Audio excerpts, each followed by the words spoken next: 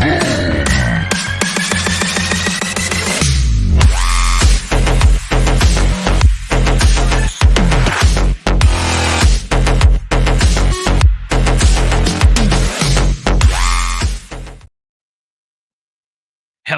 and good evening, everyone. Welcome to this week's new episode of Primetime Gaming with Mr. BoomStick and Friends. And ladies and gentlemen, if you ever wanted a near 2 hours of nothing but Starfield talk, you have tuned in to the right podcast because, my God, the information is just oozing left, right, and center, folks. And I think that this game is going to over-deliver in ways that Xbox fans have been waiting for. The fervor, the excitement, the unbelievable I can't wait for Christmas morning feeling that I have in my stomach every time someone mentions Starfield is just incredible. I am very excited to spend the next 2 hours entertaining you with, of course, lots of big opinions. And we're going to be asking some pretty powerful questions because, well, the question, or at least one of the main questions, is will the Xbox bias find its way to Starfield through reviews? I think it's a fair question. Now, I'm not specifically, finger pointing to any particular site or group, but I did see some pretty sick things where one guy, Hargeet, said that he had 1,000 accounts ready to review bomb Starfield. And I wrote again. Someone had took a picture of it and tweeted it. And I said that person needs more than video games to help him. He maybe needs to sit down on a couch with somebody because that kind of anger and that kind of determination. If you spent that much effort in the stock market, they'd probably be a millionaire. It's crazy. But Hargeet, how you feeling, man? Welcome. Yeah, good, busy, but good. And I've been playing a little bit of Hogwarts still, and getting through that game, which is really, really nice. But yeah, some good. Starfield news coming. It's great. Yes. Still waiting for that bloody CMA to make up their damn minds, get the thing done. But yeah, so ridiculous. Closer and closer we get to that 29th deadline. I hope something, because they're supposed to have like a time for people to respond. At this point, it might be like 1 hour response time. Yeah, it's pretty ridiculous. It's fine. Listen, it's gonna get done. But it's gonna be what it's gonna be. But yeah, I mean, what a year, dude! Like we've got Baldur's Gate 97, we got Zelda, we got Mario coming. Final Fantasy, Diablo, on and on Hogwarts, and it just doesn't leave Starfield to go. I gotta be honest with you. I don't know how the Game Awards are honestly gonna pick. They have to go to 10. There's just no way. Like, yeah, last year was 6. I got that list with me, and it's too many games. It's too many games. It really is crazy. And I haven't even mentioned Spider-Man's coming. Like it's like wow. There's so many. Yeah, it is a nutsoid year. Yeah, looking forward to Starfield. It's 15 days away for those who 15 days away. Yeah. Well, listen, I think anyone that is a gamer is doing early access, and like I said, the fact that it's a Game Pass, technically, because it's on the 31st at midnight.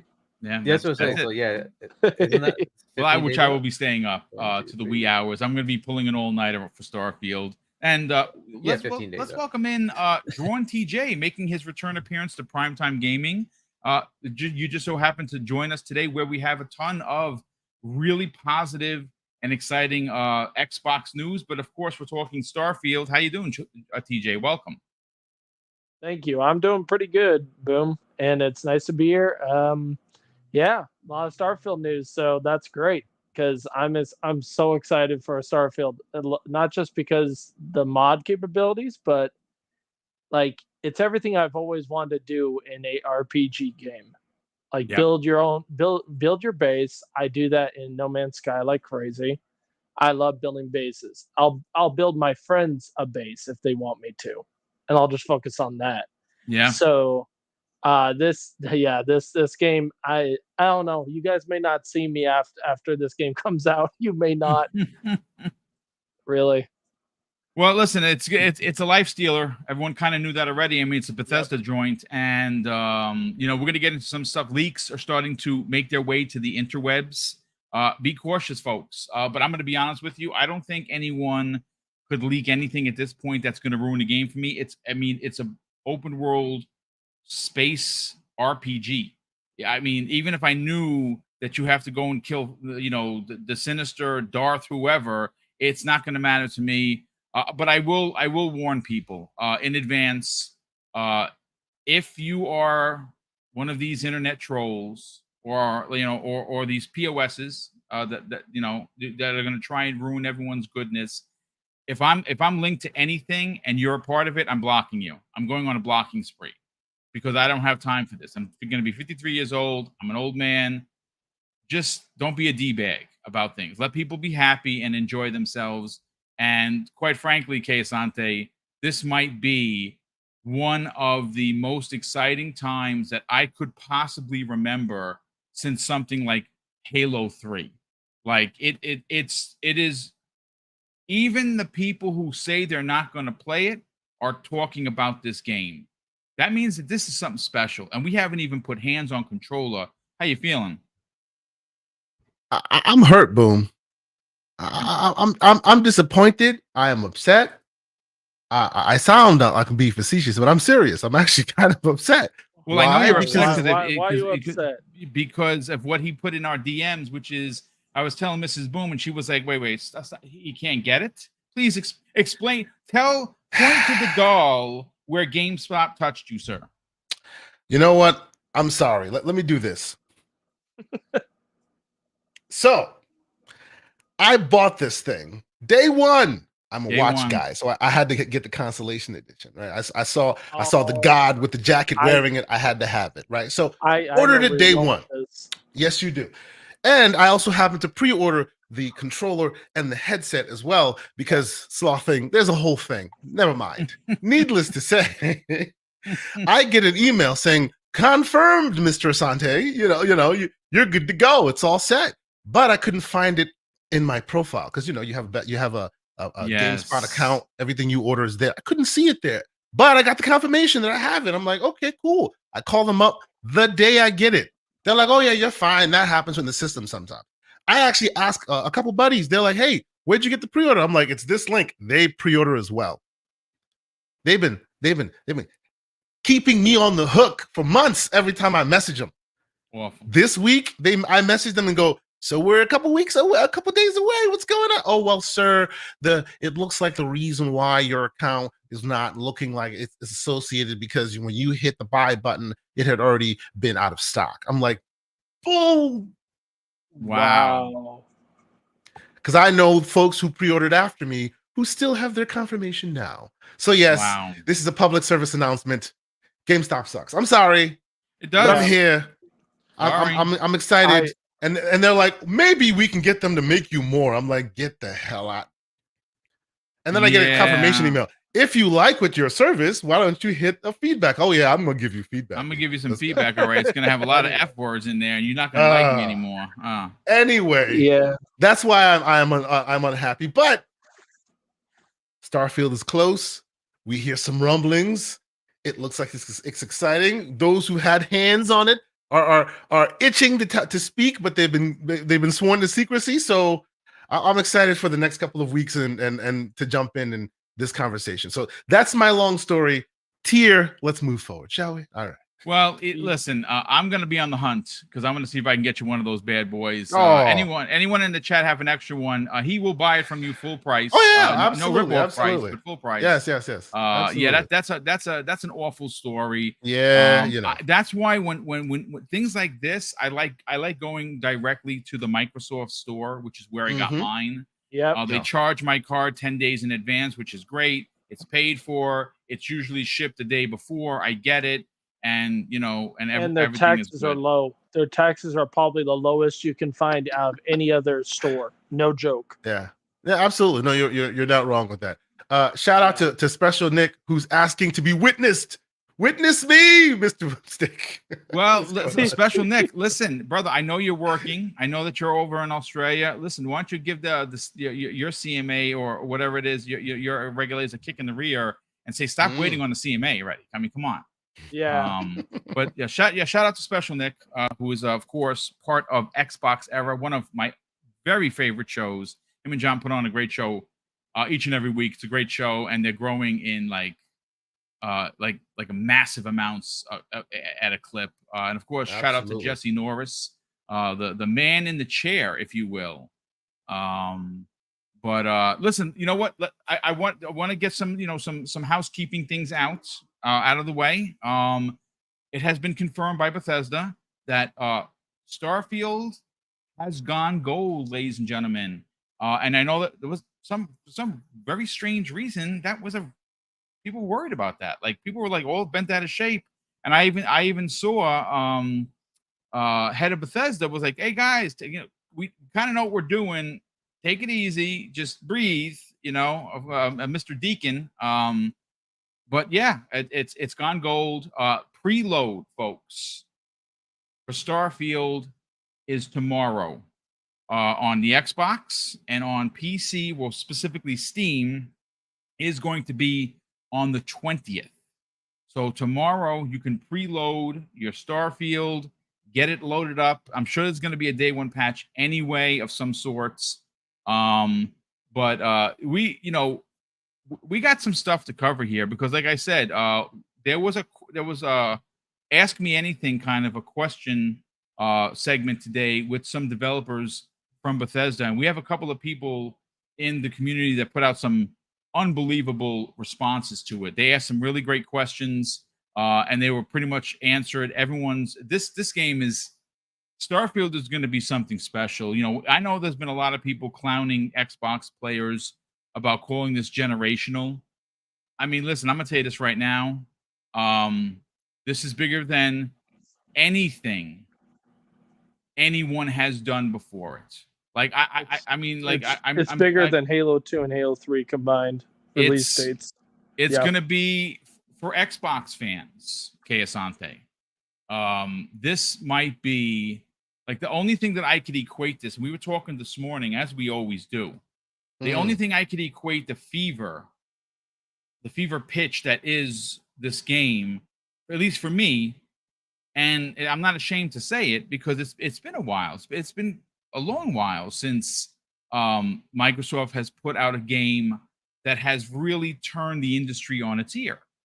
The last time I remember is Halo 3, and that was a pretty much long time ago. That's getting rid of. Again, when I'm not taking anything away from the Forzas or the Gears or any of the first party games that have come out before it. I'm not saying that. What I'm saying is that there's something special here. There's something special because it is a Bethesda joint. It is a Todd Howard dream come true for him personally, and it is a game that is going to define what RPGs are. I have a strong suspicion that we're going to get into the main crux of the conversation of whether or not this is going to get a fair shake, because I have a strong suspicion that the game is going to be so good that it's going to be hard to deny, and anyone that of the major publications try to dump on this, they're going to get railroaded. We'll see what happens, but let's get your take on how big do you think this game is actually going to be? Oh, you're on mute, brother. Can you hear me? Testing 1 2. You cannot hear me? Oh, fantastic. I was saying that the rumblings are madness out there in them streets, man. Those I trust and those that I don't trust are all excited. You know what I mean? And the excitement level is kind of unrealistically high. I mean, honestly, everything we've seen so far seems to suggest that this is going to be another one of those benchmark moments, right? That's literally what we're seeing here, and it's really interesting that it's all happening at the same time because, I'd say games like Baldur's Gate 3 need room to breathe, You know, Yep. games like Tears of the Kingdom, they need room to breathe. Heck, Final Fantasy 16. After you watch that for 16 hours, you need room to breathe. You know what I mean? But for some reason, they're all here and now on top of each other. And the best part about it, well, which I guess is the best or the worst, if you depending on how you look at it, is on its merits alone, without any kind of ridiculous drama or console war or any of that stuff. They are each excellent caliber in their own right. So it's going to be super interesting to see where they fall. You know, I was talking to a couple of buddies a couple days ago. Like right now, today, the conversation, believe it or not, if you had asked me earlier, I would have been like, "You're crazy." But today, it's Tears of the Kingdom versus by some accounts, based on Metacritic, if you will, Baldur's Gate 3. Those are the two fighters right now in the ring. But Starfield seems like a game of the generation. It seems like something that cannot be compared to other things. The only thing you can compare it to is the last time these guys did that thing. Right? There's no other thing to compare it to, right? That this is the reason for all the excitement, that they've hit that bar twice now, right? They've hit that bar twice now in many different generations. Now, of course, you know, the non-graybeards out there, shout out to the graybeards. I see you in there. Shout out to Gerald Mack and the rest. The non-graybeards will forget that, you know, Skyrim was that game of the generation a while ago. And before that, you know, it was Morrowind. That was that game of the generation back then. You know, you look at it now with new school eyes and you're like, oh, what is this thing? It was the tip of the spear of its day, you know, and these are the same guys and gals who put forth that effort and really, really pushed the envelope. So I am like over the moon excited for this thing. I am not a collector's edition dude. It's just not me. I've never been a collector's edition dude. I can count on one hand how many collector's editions that I've bought. And usually when I buy them, it's because I think the statues are cool, and even if the game isn't great. You know, the last collector's edition I bought, believe it or not, What's that? it was, and people will like boo. You might as well throw the booze in the chat already. the Marvel's Avengers. Remember the Avengers? Wow, but, dude, that's going back. Yeah. But it's because it came with a huge statue and all this, and it cost me $20. Awesome statue worth $20. That's the only reason I bought it. I would not do that. And I love the campaign of that game, but I'm not a collector's dude guy, a collector's I person. actually have that right in front of me. It's a statue of Captain America. Yeah, exactly. Dude, I love it. And I love the Thor. I love the Thor hammer little keychain. I carry it all the time. I love it. I love it more than the game. Tells you the quality of that game. Anyway, but I'm not that guy, right? The only other thing I will buy is something that's of note. Like I have a Mass Effect helmet, like a working mass, you know, that I'll get. But besides that, I'm not a collector's guy, right? This game, I have said from jump, I need the IRL spaceship. When I build one, when the Nebuchadnezzar takes flight. Did you see what I put into the... I did see that. Yes, I did. They're doing it big style. Now just bring it down, scale it down. I know. You know, Adam can make something special. I want something I can buy. But that's what I want, right? You know, and every ship will be different. No, I don't want a $600,000 thing. No, the one that could be filmed in movies. No, I want the one that will sit right here on the desk. It's fine. But no, it is super exciting to me.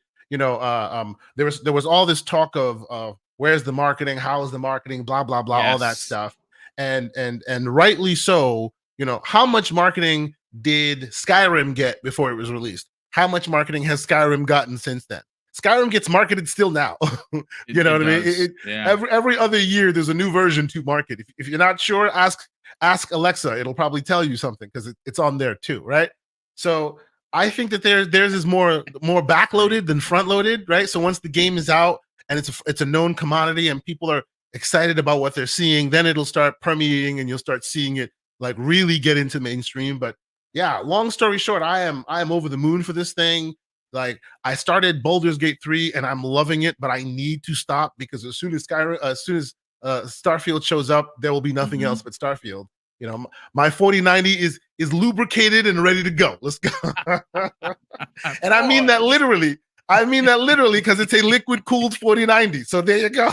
Oh my goodness, I love it. Yeah, listen, we're gonna go around the room and we're gonna get everyone's opinion. Drew and TJ, before I get to you, brother. B Martin 001 has become a channel member. Brother, thank you so much for the generosity. We super appreciate it. And we have JFX88 who drops very generous $2 super chat and says Hi-Fi Rush is trending. Yes, I actually saw that, and and rightfully so. Hi-Fi Rush is one of the gems of this year. Now, again, it's may not be in the Game of the Year talk, which I would argue that it should be, just based on how great of a game and how perfect it launched. But it's going to win an award. It's been winning awards left, right, and center. We'll see if it gets into any of the categories for Game of the Year. It should. Cybernox, former member of Primetime Gaming. Cyber, how the heck are you, brother? He drops a very generous $5 super chat and says, legendary Boom. Miss chopping it up with the PTG crew. Have a great show, gents. Excited for Starfield. Hit that like button, chat. Cheers to all. Cheers to you, brother. We miss you. Listen, anytime you want to jump on, brother, you're in there. Just join. It's not a problem. Drawn TJ, let's get your hot take on how big of a game you actually think this is going to be, because there are a lot of people, and again, you know how to navigate past the trolls, folks, right? Stay away from them. No matter what you tell them, they're going to find some sort of an anti-Xbox narrative to throw at you and try to douse out your excitement. Don't bother. Mute and block. Trust me, my timeline has been cleaned up because, like Wilmy Hood, great friend of mine and great friend of the community, he's blocked like 56,617 people at this point, and it does clean up the timeline. But Drawn TJ, you made mention of Starfield potentially. Again, we don't know because it hasn't happened yet, but we can make some assumptions here. You seem to think that this is going to be bigger than Halo 2 and Halo 3. Why? Combined. The reason why is because I remember that Halo 2 and Halo 3 were very popular, and they were very, very well known. But you gotta remember, this is Todd Howard we're talking about. Mm-hmm. Todd Howard, or God Howard, as you want to put it, and you got to remember that everything he touches turns to gold. If it's a game by him and only him, like it comes from his mind, it's always a 90 meta or higher. Point to any other game he's touched, the A team has touched, that has not gotten a 90. And Fallout 76, by the way, was not done by actually Todd Howard. Oh, it was done not by the B team. So prove to me a game that got lower than a 90. So that's why I think it's going to be as big as it is, because they're already starting to do the marketing. Everybody said, "Oh, there's no marketing." You got PlayStation fans talking about it more than their own Spider-Man game that's coming out later this year. That's pretty sad. That would be like me talking about a PlayStation game instead of Halo. It's marketing itself. And what I've heard on other podcasts, people have said, I could go talk to a random stranger and mention Starfield, and they say, "Oh yeah, isn't that space game that's on Xbox?" But they don't know the rest of it. They just know the gist of it. And the fact that you could do that tells you a lot. I think, like I said, with the modding community and with all the fan base and everybody that just loves Bethesda games, regardless of the bugs or without bugs, I think this has got a lot of potential. I think this is going to be I'm going to say it right now. I think this is going to be Game of the Year. And you know what? Anybody can fight me on it. You can fight me on it all you want. You want to say Zelda? You want to say Hogwarts? You want to say Armored Core 6? You want to say Spider-Man? Go ahead. I hate to break it to you, but look how many copies have sold of Skyrim and are still selling today, 10 years later. Does that ring a bell? Yeah. No, I think this is going to be probably the biggest game Microsoft's ever owned. Like, literally. Yeah. I again, depending on who you talk to, and I've had the pleasure of talking to quite a few people regarding the importance of this game. Hargeet, this is turning out to be, and we all were disappointed with the delay, right? You remember that conversation that became public between Todd Howard and Phil was like, listen, just it's okay, just delay it. We need a perfect product. This game has been in development for years. I've gone on record in saying that this is probably going to be the most polished Bethesda game ever to release. And what's interesting, and a lot of people don't know this, I found this out through some channels. Turns out that what we saw at the Direct, even though it was cut for us to enjoy, was what was shown to Phil Spencer. And he was like, listen, let's pump the brakes on this, delay it. Now, that's 6 months old code. What we're going to get in a couple of weeks, Hargeet, is going to be something that is, I don't know anybody playing it, so I can't speak for anybody. I know for a fact, and Tom Henderson had put this out there, that review codes are going out this week. I thought they were going out the same day as the early release. Didn't that come out? No, I actually, Tom Henderson reported that they're going out this week. Nice. And I would imagine that folks like Skill Up is going to get it. Why wouldn't he? He's amazing. ACG on the amazing list as well. I would imagine that he's going to get a copy to review, because this is probably going to be I think you're going to see is review in progress, because you're going to have to put 50, 60 hours before you could put a score to this. At least I think. I don't know. But Hargeet, my question to you is, you're not on social media, but you also have a lot of friends. You do a lot of podcasts. You're in it just as much as we are. You're just not on social media. And coming from not non-social media, how big do you think this game is going to be? I mean, you hear people talking about this almost every day. It's trending every day, ladies and gentlemen. Every day it's trending on social media. It's pretty hard to do, man. Yeah, and finally it's actually getting some advertising, and they're going to do some marketing, and Forte from the community, he happens to manage a GameStop, and he finally got the actual marketing material for Starfield, so they actually do have something going into the stores, which is good, so that it's not just a word of mouth thing. But it doesn't matter. Up to now, word of mouth has been working. And they've got quite a bit of buzz based on just word of mouth, and so, and then they're gonna have an actual marketing push on top of that, so it'll be a big game.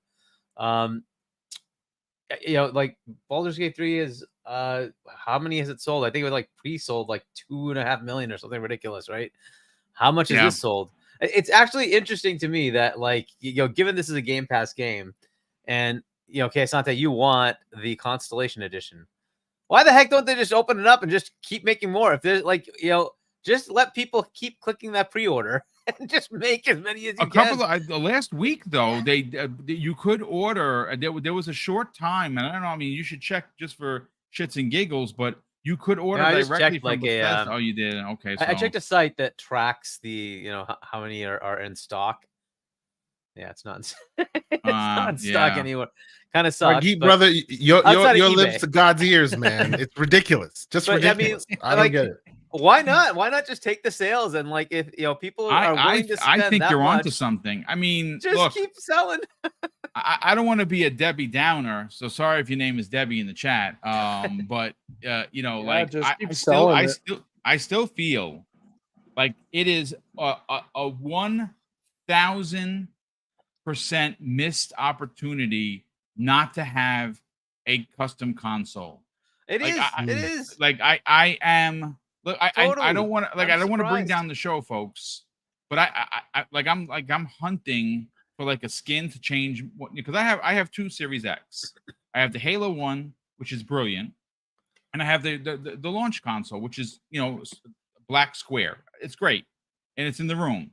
But I would swap out the Halo 1 in a second. I would have bought a third one. I would have actually spent $550, not even thinking twice, to get that console. So I mean, again, they've done some pretty cool things. The headset is dope. I got it right here. The controller, dope, excellent. The Constellation Edition, cover your ears. I totally agree.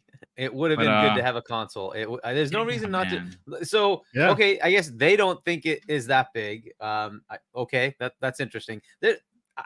I wonder if they have actual shortages going on right now as to why this is an issue. But I mean, Hargeet, totally expect Hargeet, even the Series S would have been super low hanging fruit. The Why thing not? is white. It's Put white. primary color stripes on the side. Yeah, Call indeed. it a day. Like, what are we Yeah, doing? But right they now? didn't do it. You know, I don't got an understand that. idea. Why don't they just, instead of making, because all of us want a custom console, right, guys?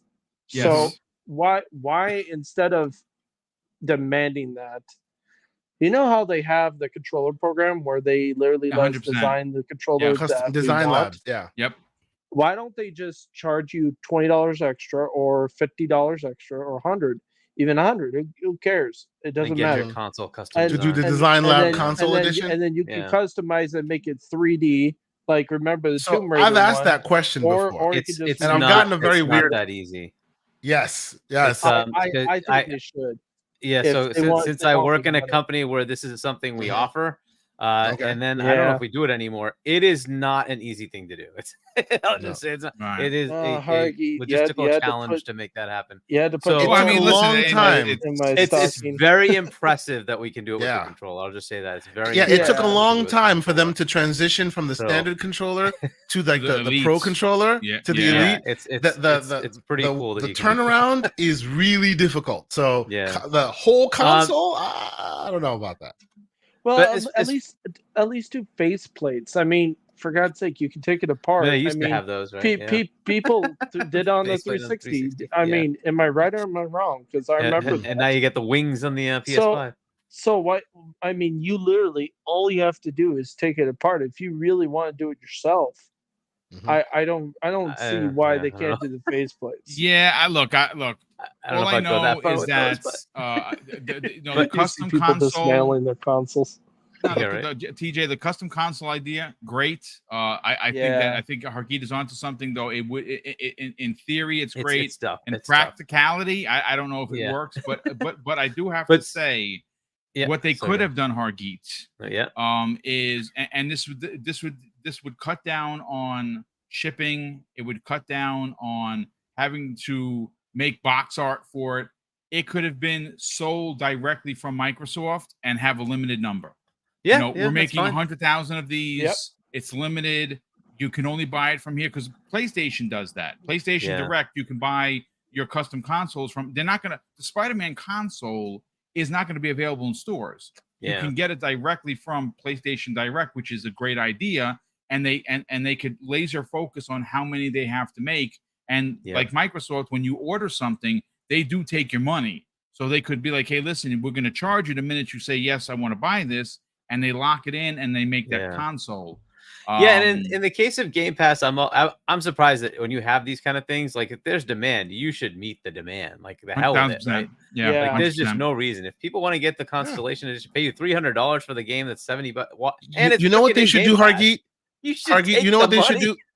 They should pull that PlayStation move and go, okay, it's general availability for now, and then after that, the second round, only Game Pass Elite subscribers. Yeah. If you want it, yeah. It here's could. access. Yeah. You know what I'm saying? They Here's could a very well here's do a- that. Yeah. you know what I'm saying? And- Like So I don't know why they it don't would be just open it'd it be up. great.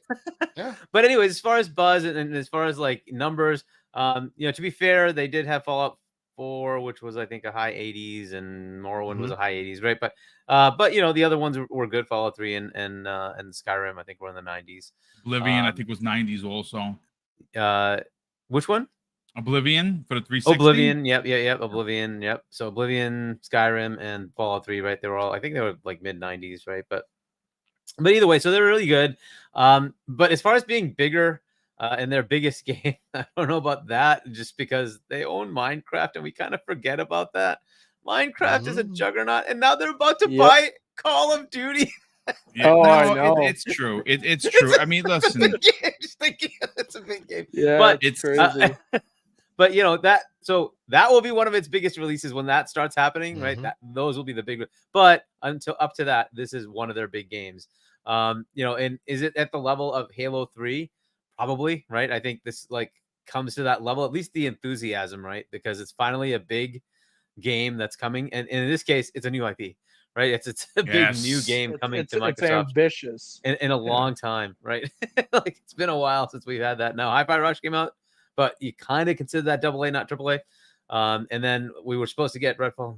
Well, that went the way it went, and Yeah. now we come Happens. to this, and hopefully we get something good here. At least in this case, we're not having a studio go outside its comfort zone, try to do a multiplayer thing that they're not used to. This is Bethesda doing a Bethesda game. This is something they wanted to do, right? And they're all passionate to do it and good. And they've spent 8 years on this. I hope it's it lands.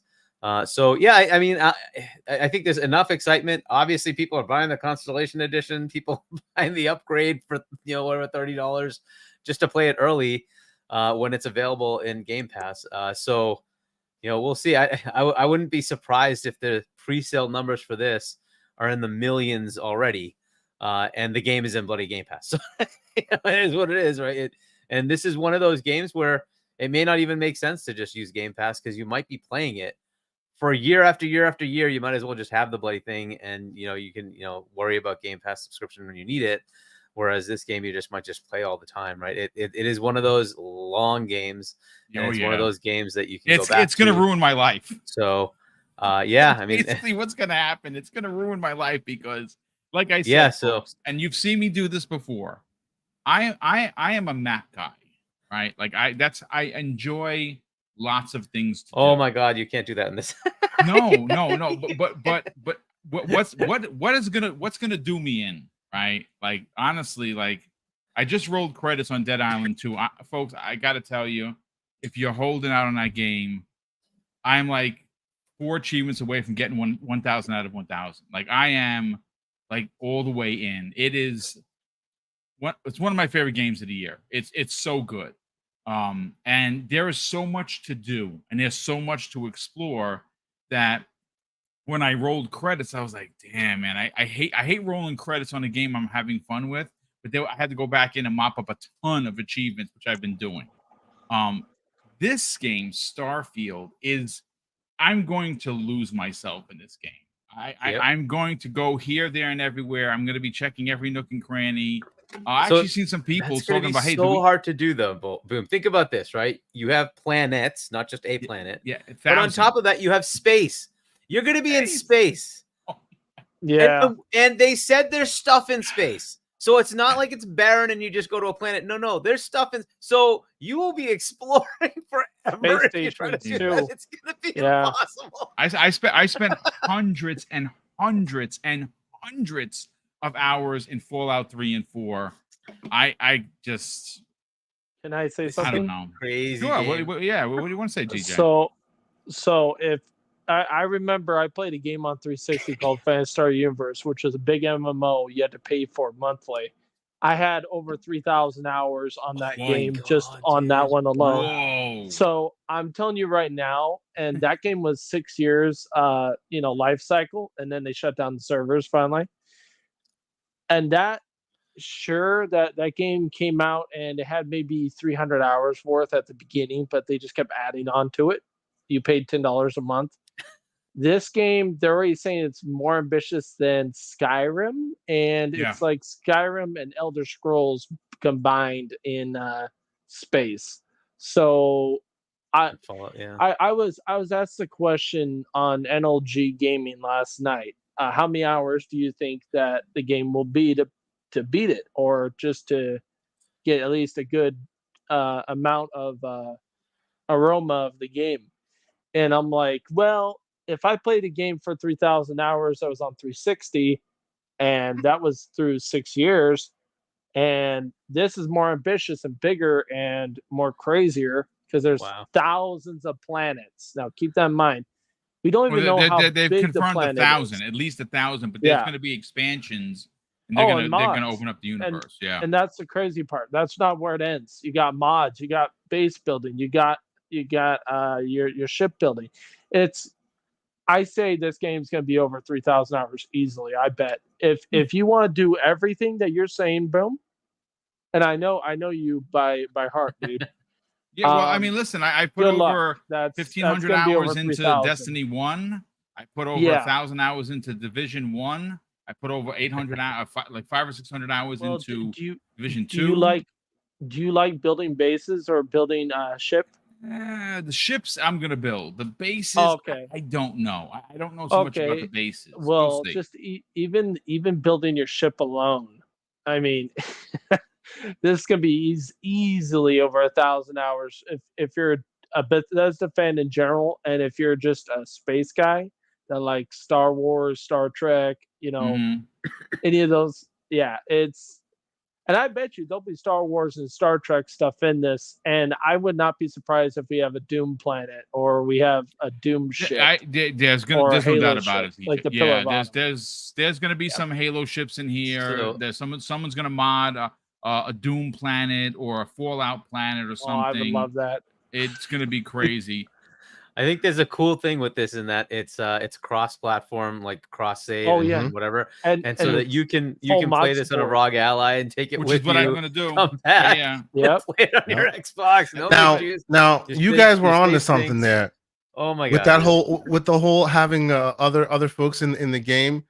If there is no official Easter egg of the Pillar of Autumn in space in this game, officially from Bethesda, it will be a man, they crime to gotta do nature. it. It'd be a Oh, crime well, against that's it. humanity. Right? It's- If you don't okay. look at some coordinates and see Master Chief frozen in amber somewhere, like in Oh space, my just god! kind of Can like. you imagine that being If there? that would does not happen, lose I will be completely my upset. I'm sorry. ass. I'll- And if that does I'll- happen, you heard it here first, ladies and gentlemen. I'll tell you Oh my this, goodness. Asante.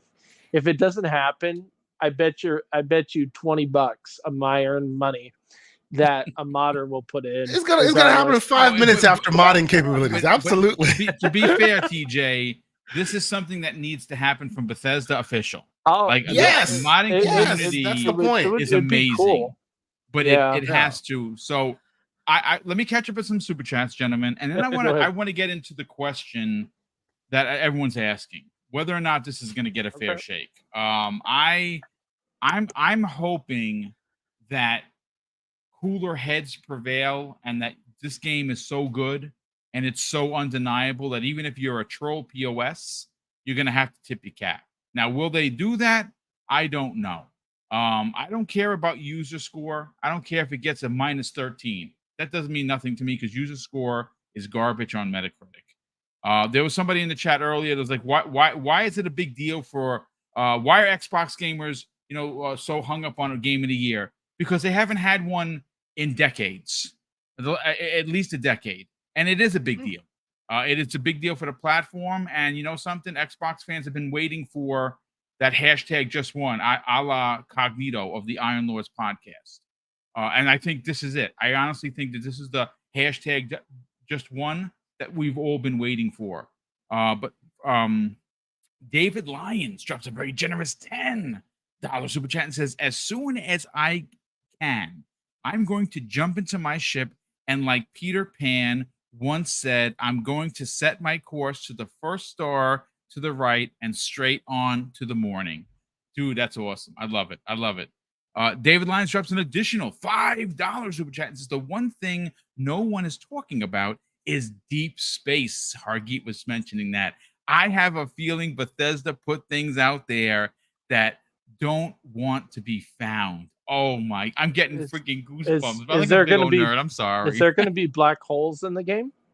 Does anybody know? Yeah. Don't know yet. We'll Yeah, find That'd be out. awesome. We don't know any of that. Yeah. I don't know. We have Omerta War. Has become a new channel member. Omerta War, thank you so much for joining the channel. Highlander 001, generous friend of the program, drops a $5 super chat, and he says this: how much marketing did Baldur's Gate 3 get? And look how it's selling. Starfield will do great. Sony has nothing like this, and that's sad. There's a reason why Sony wanted to lock this up, and when Phil Spencer heard that, he was like, "We got to buy the company." Sorry, and I'm glad that he did.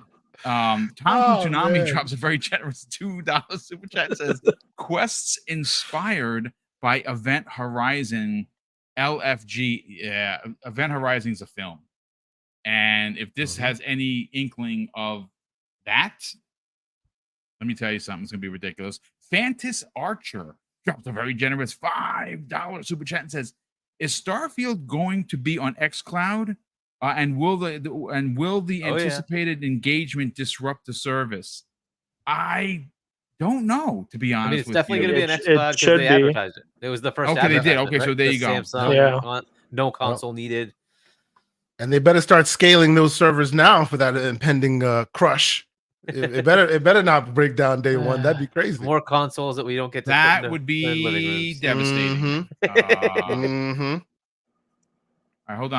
I'm just gonna rewind the footage, folks, and I'm gonna press play and see if it plays. Okay,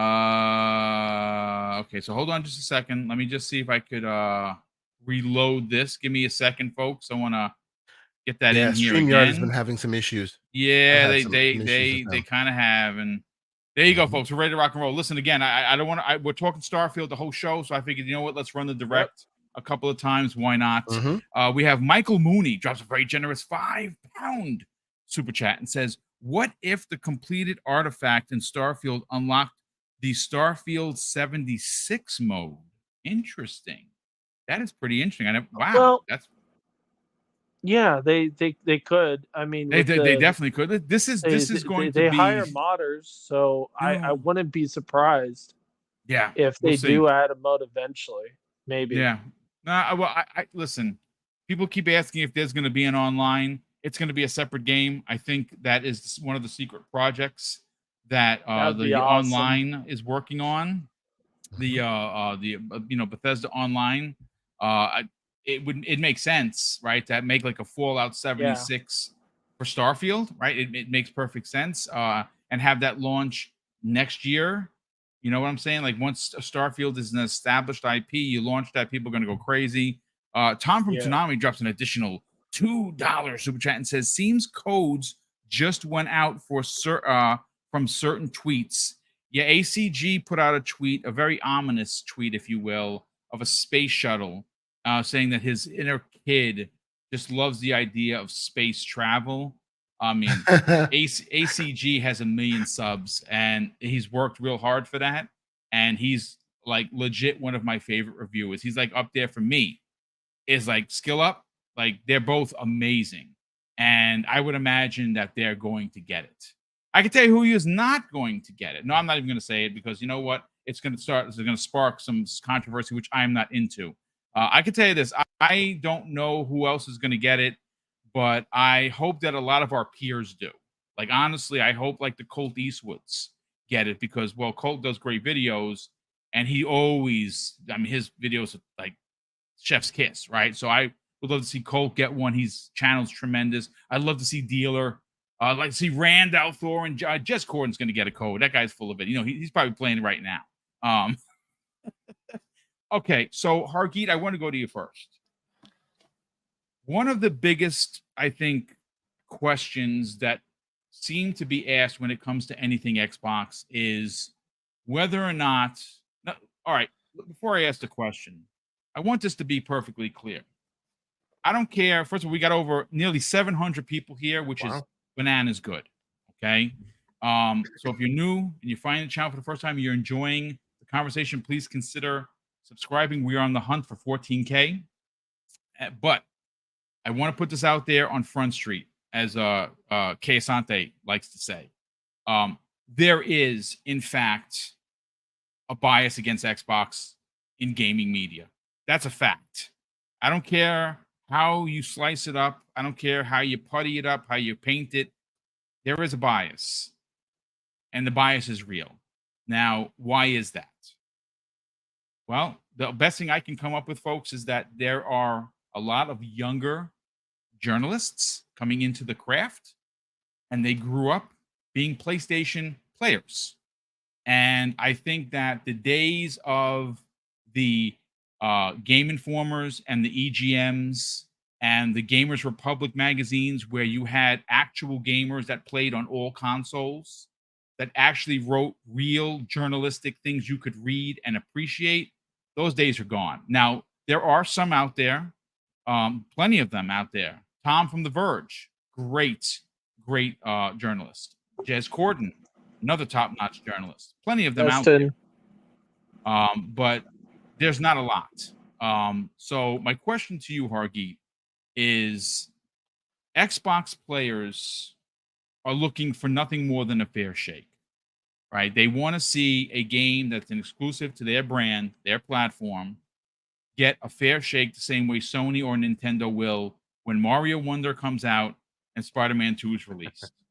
And I'm not saying one's better than the other. What I'm saying is that Mario Wonder is going to get tremendous coverage. Spider-Man 2 by Insomniac, and rightfully so, is going to get tremendous coverage. I'm hoping that we see like a game that comes out, and again, we're only speculating because we don't have the game. I'm not playing it, so I don't know. I'm only going based on my excitement. Is this game going to be reviewed fairly? And I say that with a two-sided coin.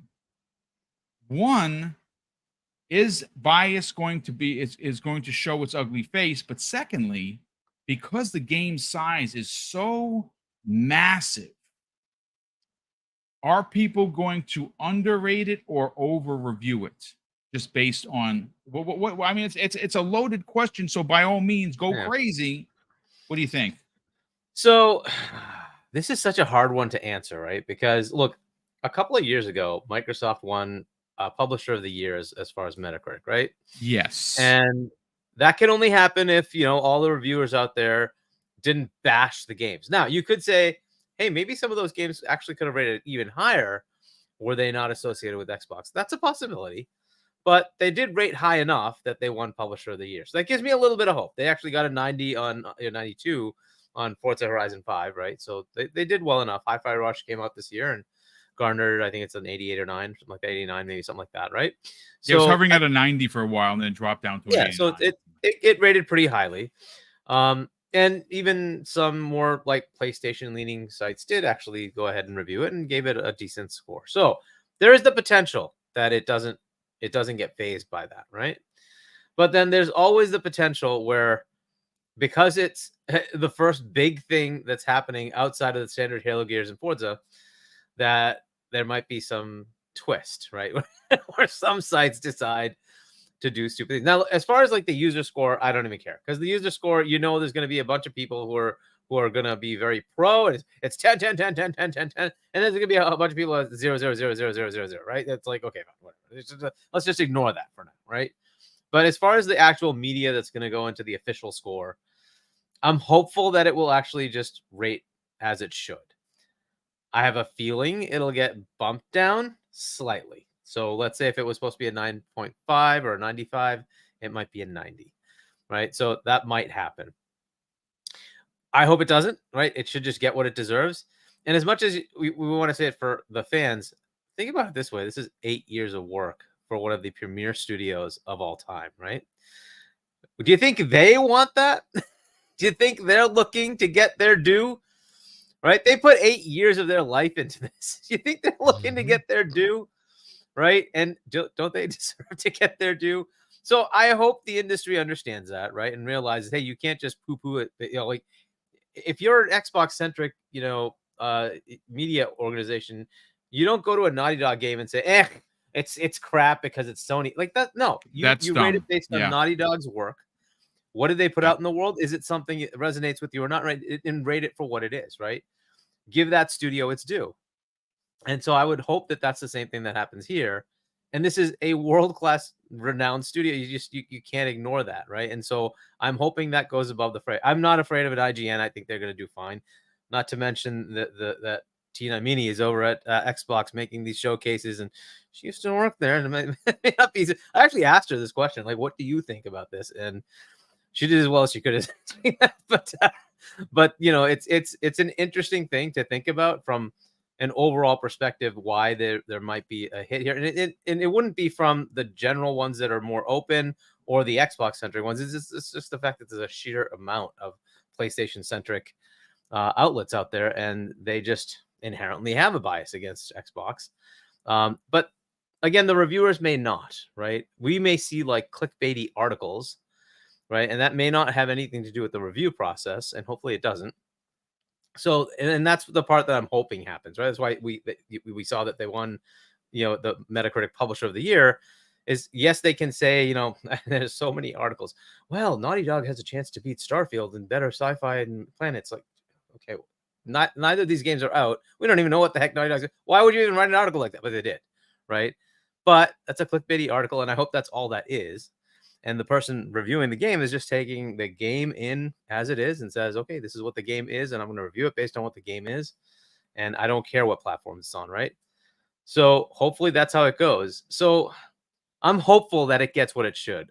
If it lands the way I think it should, we're looking at a 90 meta game, whether it's mid 90s, whether it's low 90s, high 90s. I don't know about that, but it's going to be something in that range, right? And if it gets hampered, we can see it being mid to high 80s, right?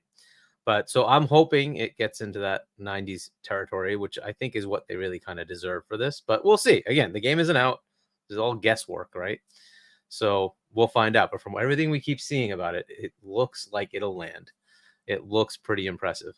So that's kind of where my head's at. I'm hoping the media sees it. Like, to your point, you're hinting at, like, this is too big a game to start messing around as a media organization. You kind of have to recognize what it is. And there's some truth to that. You can't really just like dismiss. This is BGS putting out a game, but there's the game studios putting out a game. Yeah. You have to kind of recognize that pedigree. And like, are you going to say the Elder Scrolls 6 comes out and that's going to be a 7? Like, you have to be realistic. Like, you're not going to just poo-poo the game just because it's Xbox. You have to give BGS its due, right? So I'm hoping that's what happens. Now, if the game on its own is bad, fair enough, right? Fair enough, right? But you will see that because most of the people will align around that score then, right?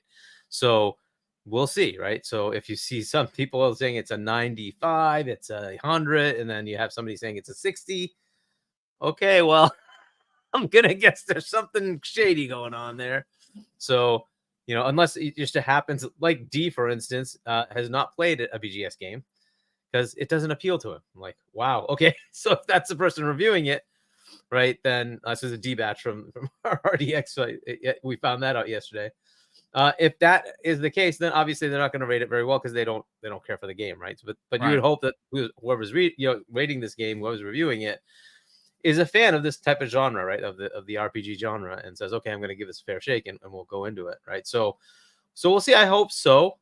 So that's kind of where my head's at. It would be very disappointing if there were an apparent obvious, we're gonna rate this lower, like they did with Hi-Fi. With one of the reviewers actually literally said, I'm gonna dock this 10 points because it's from Xbox and Xbox has no yes.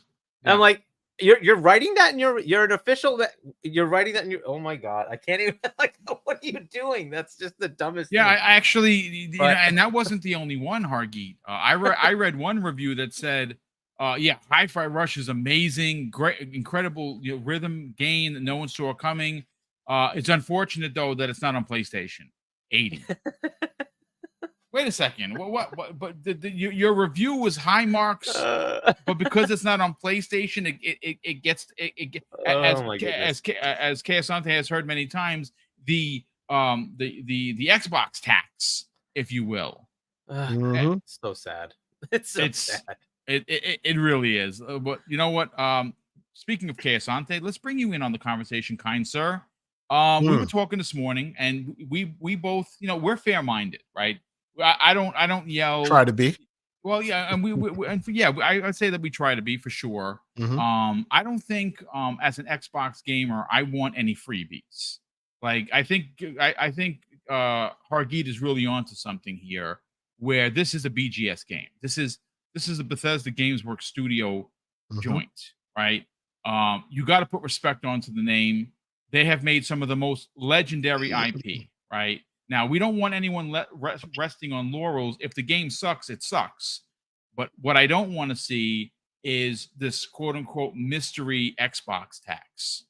I mean, I think we're going to see it. I don't know who is going to do it, but I will go out of my way to put said sites on blast. If people are giving this 9s and 10s, and this is being talked as game of the generation, and you have some moron that writes for butt paste paper X, Y, and Z a 6, we're gonna have to call into question. Let's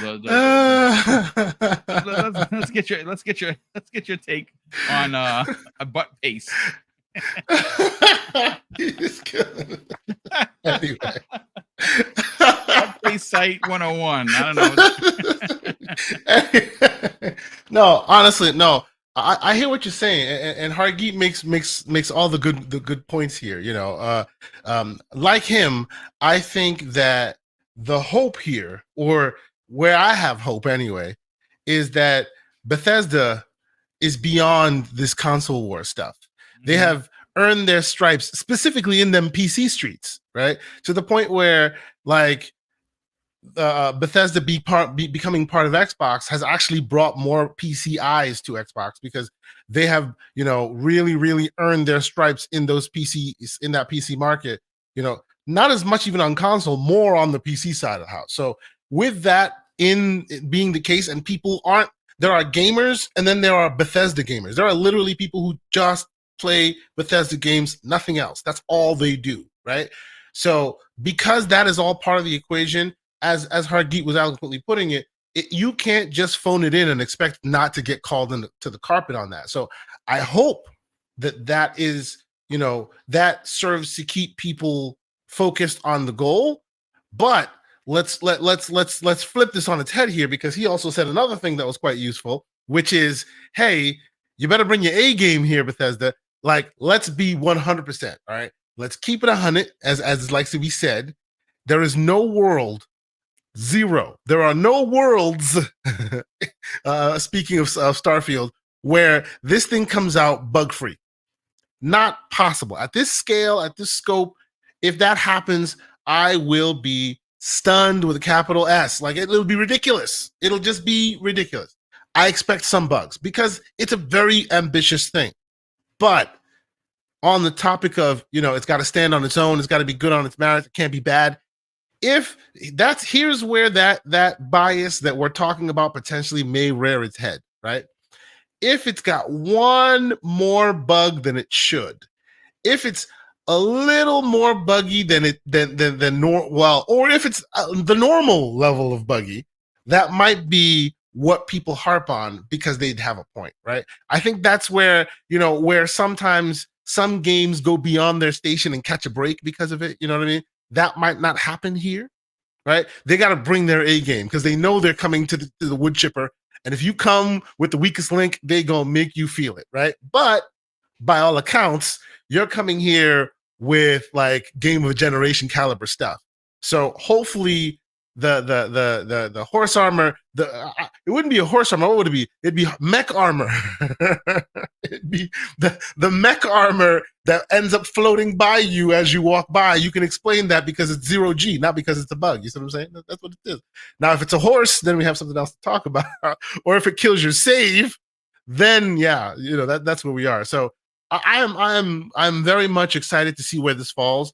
I really, really hope that it's as good as it looks, because it looks like it's better than I love all the sum of its on parts. The screen right now, the guy's going around punching people. Like, some people can say that's awesome.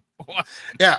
So I say that part, I see that every time, and I say this, and maybe some people did not play it, or they heard the drama about it, so they give it short shrift. Like, there are parts in this game that seriously remind me of Mass Effect 3 and Mass Effect Andromeda. Yes. The combat.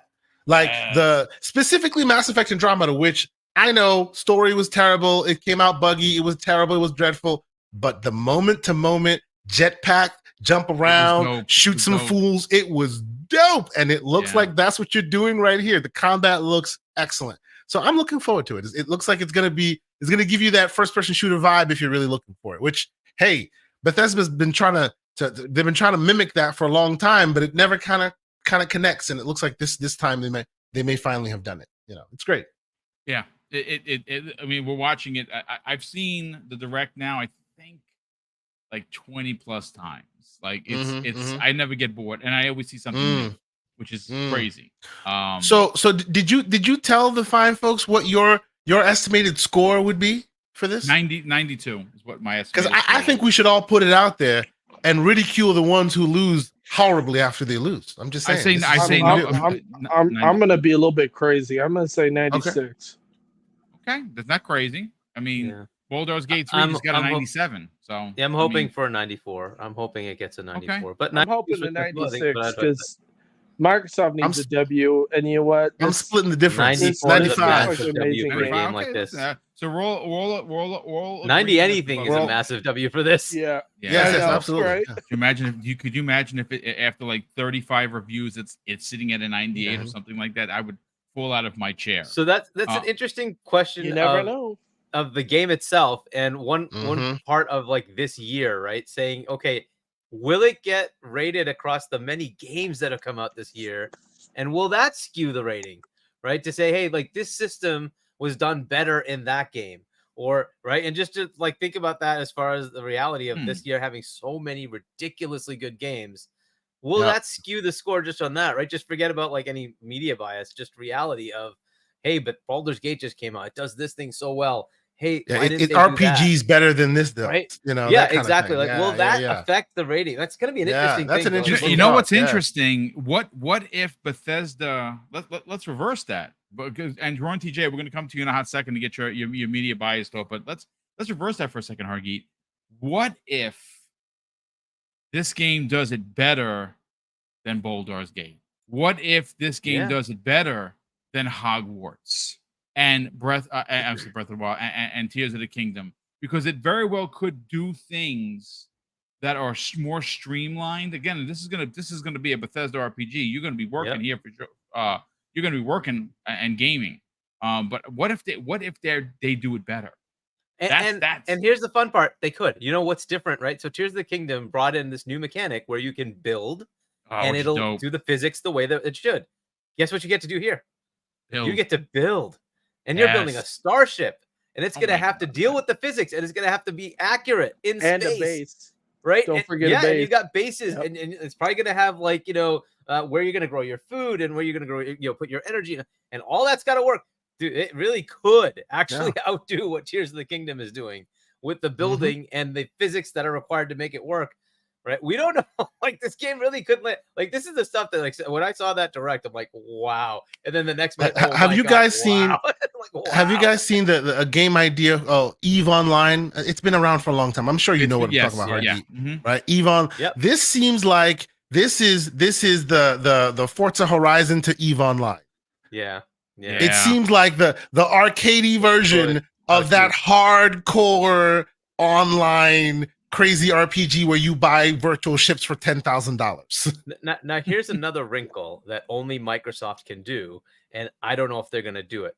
One of the things that Bobby Kotick called out as far as them being acquired was Microsoft's AI technology, which they're using ChatGPT, right? They put in $10 billion, and that's they kind of have that, right? And you've seen tech where UE5 can leverage that and have an NPC be conversational, human conversational. Yes. Right. Yes. That is tech Microsoft already has. The question is, would they have put it into this game? Because they could do it, right? You could actually have very well random NPCs. So Hargeet, there's a game. There's a game on Steam right now that does exactly that. It's a demo, but there's a game right now on Steam where you're a detective and you walk in and you can literally have a conversation with the back end of ChatGPT, and it is full conversation. You go completely wild, and they're still with you because they keep responding to you because of ChatGPT in their background. It exists today. You people in chat can go try it today. Yes. Could you imagine they put that in here? Right. Speaking of physics, like what we're seeing right now. Yeah, exactly. Exactly. Like a transformer. Yes. But like, dude, if they do something like that, this literally could be a 98. And it would absolutely become game of the year if they did something crazy. You'd hear like a Kotaku article where some dude just never left the starting island and just had conversations with some NPC for 15 years. And they just kept talking, and now they're married. That kind of weird thing. Could you imagine? It would make it more realistic, and the game. Oh yeah. It would make it the first game ever to be an open world single player RPG where it's not just written dialogue that okay, well if I talk to this guy I can predict what he's going to say next. No, if it's Chat GTP, you're kind of on the level of iRobot the movie, but in a game. David Weinholt in the chat says, did you guys know that there's a Chat GBT4 mod? There's already a mod. Yeah, I checked it out already. Yeah, it is. Yeah, yes, it is. Yes. Crazy. Yep. Well, and they're allowing full mod support on Starfield, the first time ever. Yeah. Full Yeah, mod support. and 'cause mods are all great. If they do it usually they official, cap it. holy crap. Yeah. Right, if it's officially in the game, then it gets rated based on it officially being in the game.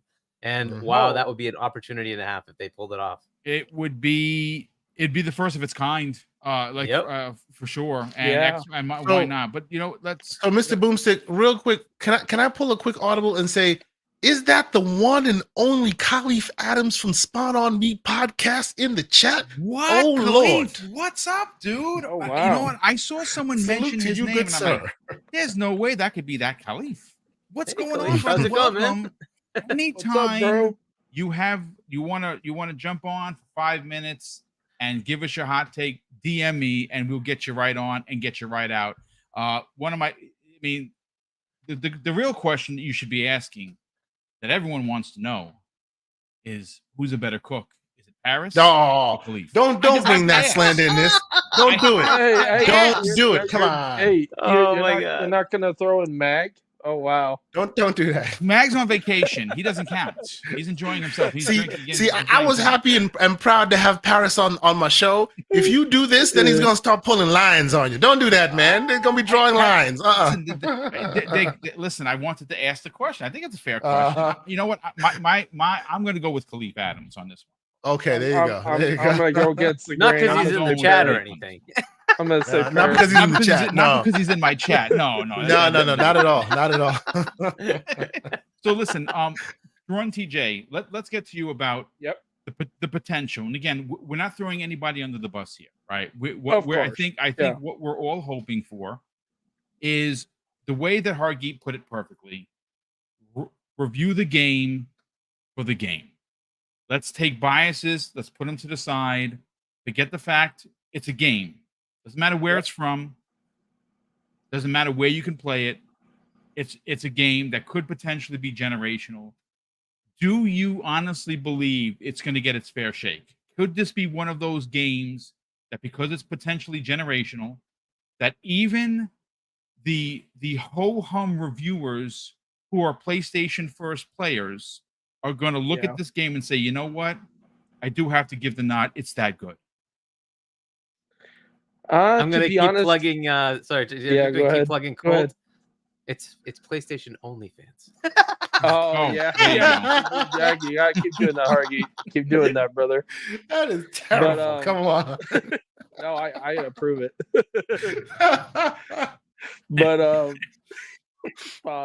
But no, yeah. I mean, if you're looking at it as a gamer, I would think anybody would be willing to try it regardless, because it's on every device basically. Well, besides PlayStation, you'll have to play it on YouTube, but that's your problem. But yeah. Will it get a good review in terms of the biased players on the PlayStation side? Or just in general? I'm thinking it's gonna get 96, but that's just me. But we will see. I hope it gets a fair shake. It should. I mean, everybody's been talking about it. That's all I've been hearing on Twitter. That's all I've been hearing in podcasts, and I follow a lot of podcasts. I mean, even people at my work that don't even play games are talking about it. Yeah, it's pretty crazy. So, yeah, I think it'll get a fair shake. I really do. I think this game. I don't think it could be discriminated against to the point where they could say, "Oh well, it's an 80 or it's a 60 or it's 70."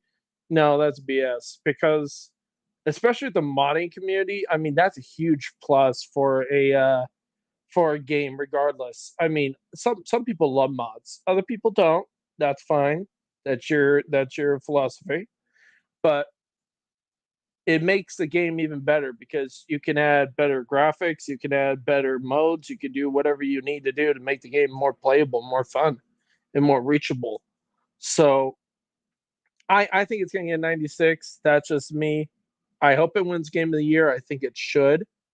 But you never know with the Keeley Awards. Well, we'll see. We'll see how that goes. You know, we're going to transition, TJ, over to that exact topic, gentlemen. Okay. Because here's the thing. I did some homework, as I do for these shows, because I like stats. I like notes, right? So last year, right, the Game Awards target consisted of 6 games, and they were all pretty big. One was a bit of a surprise in Stray. But listen, again, Stray's an amazing game. I really enjoyed my time with it. I didn't beat it. I got about halfway through before my time got just taken away. But if I'm not even a cat person, and I really enjoyed the game. Do I think it deserved to be there? I guess that's debatable. But this is what we had. We had A Plague's Tale 2. We had Elden Ring. We had God of War Ragnarok. Again, all games that should be there. Horizon Forbidden West, another game that deserves to be there, and Stray. Those were was that all 5. That's 5 games. You know what? I have a copy of. You know what? There was another game. What did I miss off that list? Crap. Elden Ring. No, Elden Ring was there. And Stray. That was the other. Stray, Forbidden West, God of War, Elden Ring, A Plague's Tale 2, and there was something else. I'll get the. So Xenoblade Chronicles 3 was the other one. Thank you, sir. Thank you very much. Xenoblade, I don't know why I left it off the list. Anyway, I failed at doing notes apparently. Well, look. No, you didn't. Target this year, right now. This is a short list. I don't know how you pick 6 games. I'm going to be honest with you. So what I have on my list, obviously, is Starfield for sure. You have Star Wars Jedi Survivor. You have Diablo 4. You got Resident Evil 4. You got Tears of the Kingdoms, Zelda Tears of the Kingdom. You got Baldur's Gate 3. Spider-Man could potentially be one of those on there. But what about Hogwarts? Right? Like Hogwarts could be in there. Yeah. I mean, I don't know if Dead Space would be a part of the conversation. Dead Space was pretty freaking good, man. Look, there's so many games that it's hard to like limit to what is. So here's the question: do we take remasters? So Metroid Prime Remastered came in. I don't know if that makes a lot of sense to me because it's kind of a 1-for-1 game. They didn't change anything. But Right. RE4 Remake is a remake. Should it count?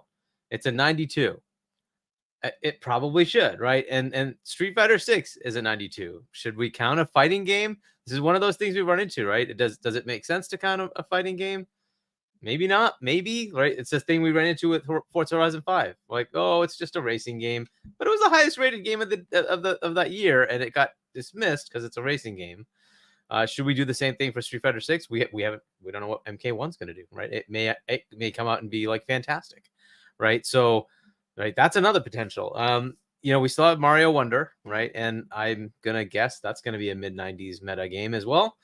What do you do with that? And then do you do something again with like Quake 2 just came out? It's a 91. Yeah. Do you say like, oh, but it's literally a port? Do you like go with it? Like it? So I would say some of these have to be decided as to whether they make sense. Xenoblade Chronicles 3 Future Redeemed also came out this year, and it's a 90. Right, and it's ahead of a lot of those games. So this is just such a crazy year. You have Diablo, Final Fantasy 16, Pikmin came out, and it's an 88. And I could go on and on. Dead Space Remake, as you said, Dead Cells Return to Castlevania, right? And there's so many. And then we still have Starfield to come. This is going to be a crazy year. I don't know how the heck you manage it. Octopath Traveler 2 is down at an 85, ahead of Star Wars Jedi Survivor, Hogwarts Legacy. Do you what do you do with these games? So there's a lot, and it's going to be an interesting one as far as what they pick. You have to limit it to 5 because there's going to be one that's going to be an indie, right? So how do you then pick that? And does Hi-Fi Rush get in there? I mean, they're not technically an indie. They're not. They can't be considered an indie, right? So It'd be a double A. So they could. It should have its own category because it's maybe. an indie. And then also with ports too, ports should have their own category. I mean, no offense. I think they're awesome, but remasters, right? So in other words, like 1-to-1, it's the same game, but they've up-resed something like that. Okay, fair enough.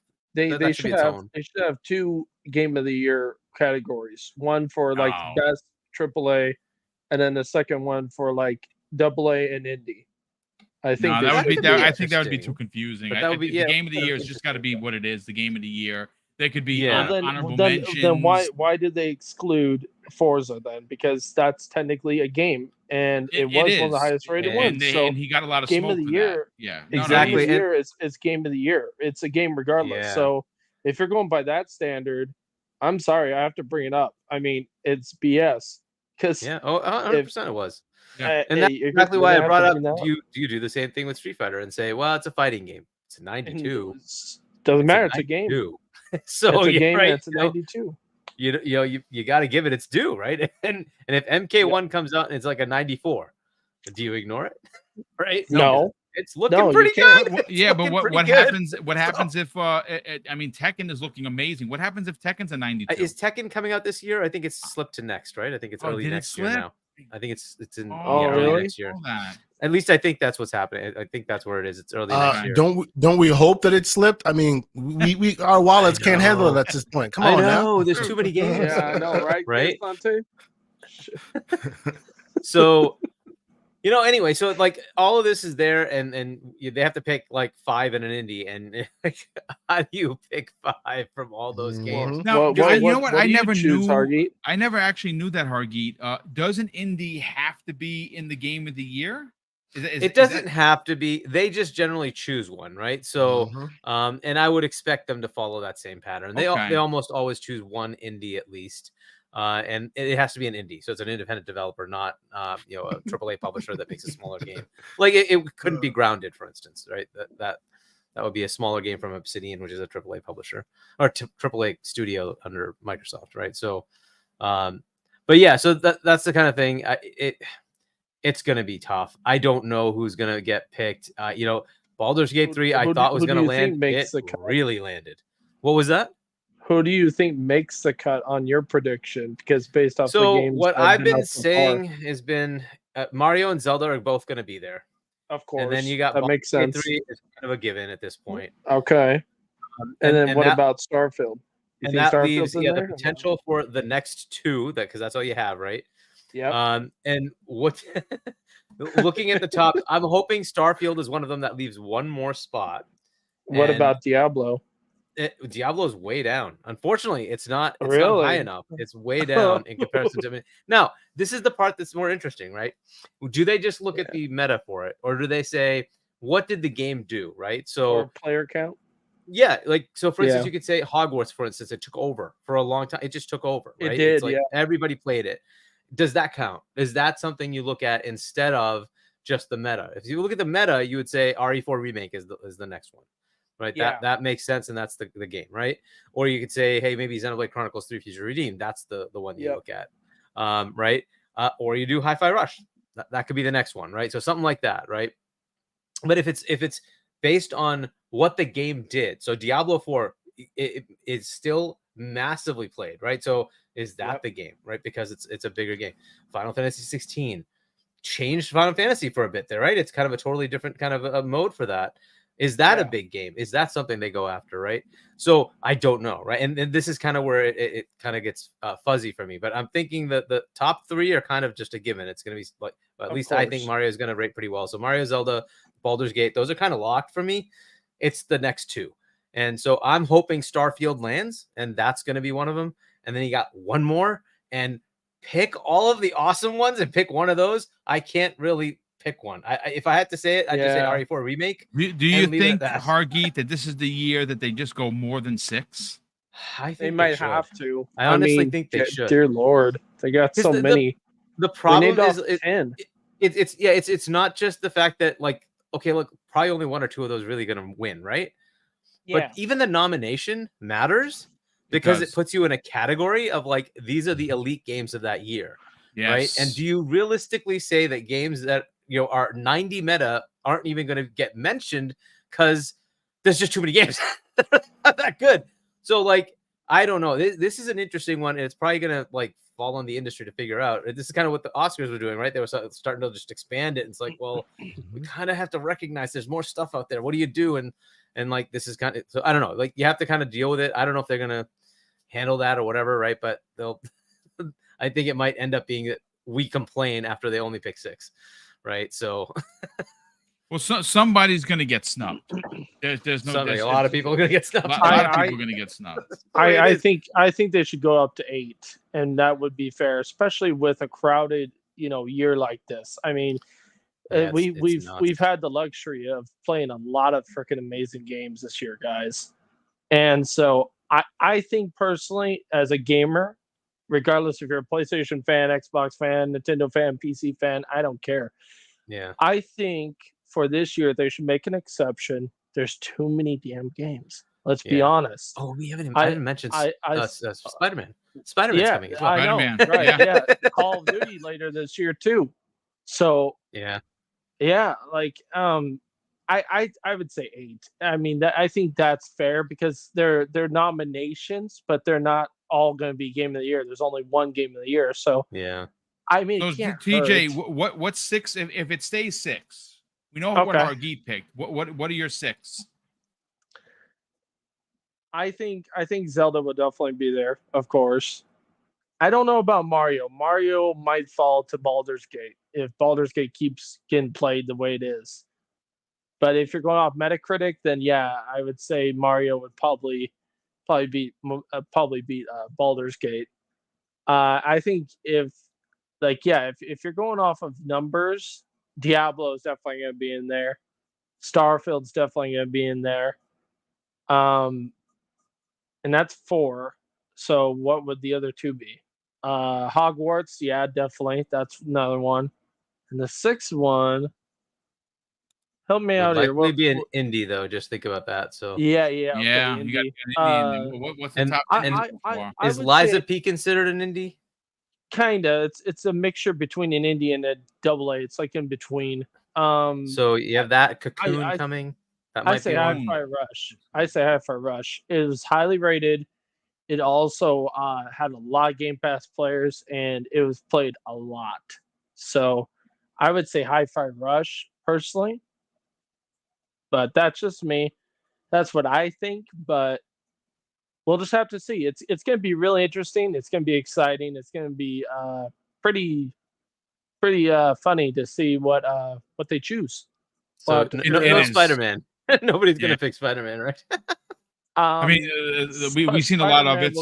We'll get beamed by Starfield. I hate to say it, but yeah, definitely. I'm sorry, it's gonna get trampled by Starfield. I mean, I'm just thinking that media bias thing, right? Was like in terms of players.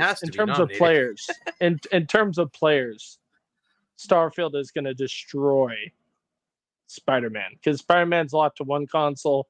Starfield's on your tablet, your phone, your PC, your browser, your Xbox. It's everywhere. So you're a ROG Ally, your Steam Deck. So yeah, I'm sorry in terms of numbers.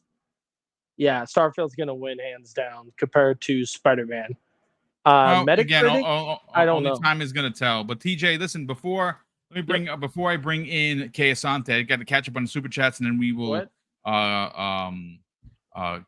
get Kay Asante's hot take on his 6 and whether or not Starfield can win Game of the Year.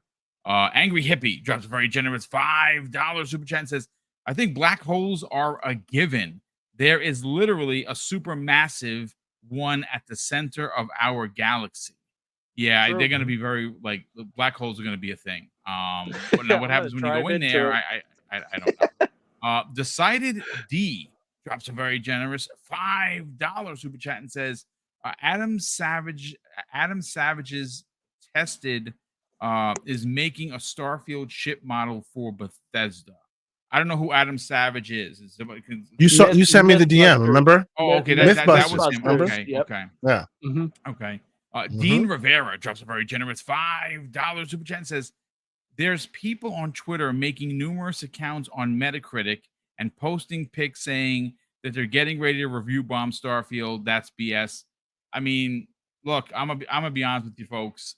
Screw the haters. If you are one of those people, I think that there's something honestly wrong. Maybe you need to sit down on the couch with somebody and figure out the anger issues, because that's just crazy. I'm gonna be honest with you. That's just straight up crazy. It's called getting Highlander Xbox. 001 drops a very generous $5 super chat and says, someone made a meme with Starfield art with the faces of known Sony ponies, and Alex wants to use it. It's so funny. You're talking about Alex.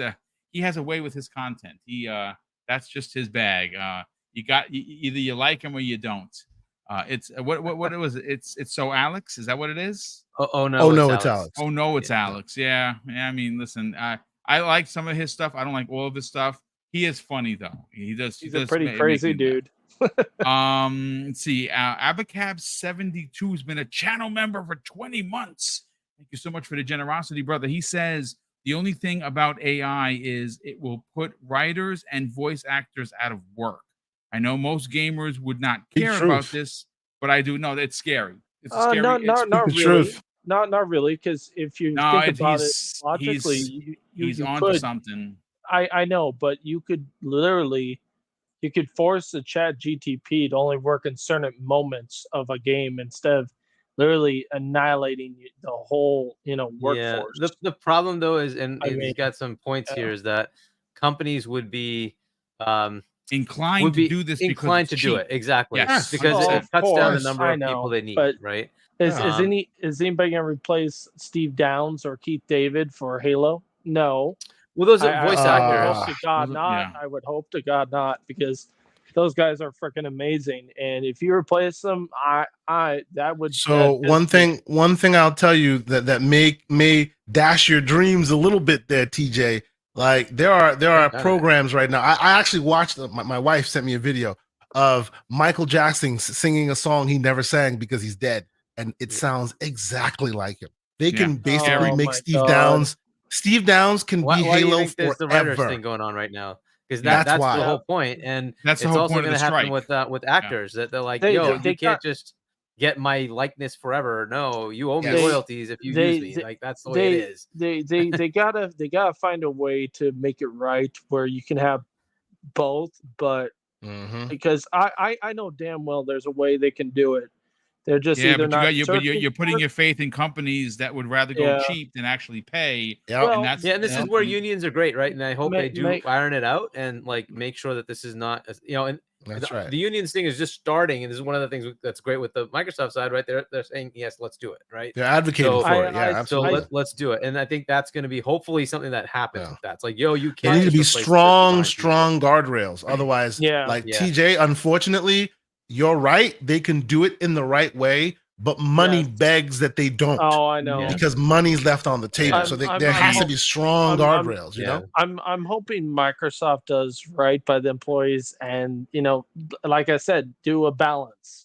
You can have Chat GTP for like, if you don't have your voice actor because he's sick or something, or he's injured, or you can't get that guy. You can't afford him, or obviously you can afford him, but he doesn't want to do it, right?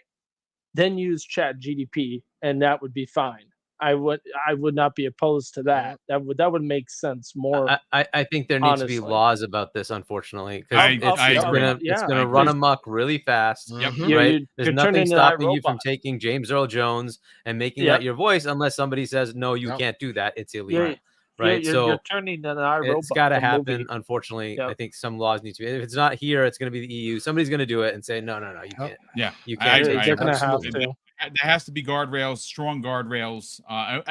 This actually might one day make for a great conversation because I think there's a lot to cover with that. But let me continue with the super chat so we get these hot take on this. Rain G4 drops a very generous $5 super chat and says, Microsoft has redeemed themselves for not buying BioWare. We have Starfield. Yeah, BioWare is a shell of their former self. Highlander 001 drops a very generous $5 super chat and says, Sony's only Western RPG they will have is Baldur's Gate 3. And it is not first party. Xbox, home of Western RPGs and shooters. Xbox now cooking with oil. Indeed, 100%. Black Ronin 357, generous friend of the program, drops a $5 super chat and says, I got a lot of new toys coming in the next weeks. Fold 5 tomorrow, dope. The Armored Core 6 Collector's Edition, dope. Oh, Armored Core. Nice. And then Starfield. Oh Lord, yeah. Listen, dude, I don't know when you're gonna have time to play all this stuff. Let's see. Highlander 001 drops a very generous additional $5 super chat and says, Phil will be on stage at the VGAs. How many will he take home? Sony, for the first time, has real competition at the VGAs. Phil will be smiling this year. Yeah, I think so. Gamer by Choice drops a very generous $2 super chat and says, I think Spider-Man will be in the game of the year nom, just because, I mean, it's a Keighley show and it's a Sony first party game, but I don't know if this year it justifies it. Maybe not. Spartan 661 drops a very generous $2 super chat and says, an Event Horizon is one of the first commercials. Nice. So I guess black holes are there. Okay. Yeah, That's absolutely. Nice. Yes. Let's get your hot take on this, because Drawn TJ and Hargeet has some fantastic points. It is a loaded year. Like I said, I said this, and now I think we can put pen to paper. This particular year in gaming, ladies and gentlemen, is actually going to challenge 2007, which by rights is still one of the greatest years in gaming history. But I'm starting to wonder if 2023 just overtakes it, just on sheer volume of greatness. I mean, there are so many incredible games. First of all, if Starfield hits like we think it hits, let's say, for instance, it does, like you said, a 95. It's going to be a Game of the Year nominee. Now, obviously, there's going to be a conversation of, well, Baldur's Gate was 97. But I don't think the meta score matters. I think it's the game itself. There's more to the game than just a number. For you, absolutely, can it win Game of the Year? And more importantly, what are your 6 that you pick? So, like, I really fought hard not to play Baldur's Gate because I wanted to go into Starfield, going into Starfield. But I have played Baldur's Gate now. And I'm telling you, it's going to be in that Game of the Year conversation. Hands down. It is doing crazy things that will be recognized. So for me, Baldur's Gate 3 is in that conversation, hands down. They released, an amazing body of work there. So that's on my list, Baldur's Gate 3, right? So Zelda, Mario, those are a given. I'm pretty sure of that, right? Zelda, 100%. Mario, 90%. Right, because I feel like with a year, as folks have described now, with a year as we're seeing with so many potential candidates, there might be some pushing and fighting a little bit here and there, right, to inch it out, right. But I still can see Baldur's Gate 3, Mario, Zelda all on the nomination table, right, and that's 3, right. Then you got 2 more. There is a world where Keighley does right and mea culpas and gives Jedi Survivor the nod. Oh my! They screwed Jedi before. They sure did. Yeah, they did, dude. They screwed Jedi before, and I know it came at a wrong time. It came a little buggy. It just disconnected with some people, and they weren't able to really reconnect with it. But at its core, anyone who really connected with it and continued playing it, like, tells you it's a fantastic game. It is Uncharted 2 to Uncharted 1. Like, it is bigger and badder and better in every way. So if you like that first one, this one deserves that nod, right? So that's on the list. That means Starfield will be the last one on that list, right? What does that tell me? It tells me that Hogwarts would have gotten inched out, right? It'll tell me that Diablo 4 would have gotten inched out. But I don't know, man. Like Hargeet was saying, and like other folks have brought up, they do like to point out an indie darling here and there. They like to put an indie in there. And there's one game that has been spoken about in the indie circles all year that I played a little bit of, and I kind of get it. Dredge. Have you guys seen and or played Dredge? I saw people talking about that in the chat. I keep forgetting about that game, to be honest. Oh, and I bet. Thank you. Like Immortality, when it comes on Game Pass, people go, "Hey, now this game was good." Like 3 years later, right? Dredge is pretty great.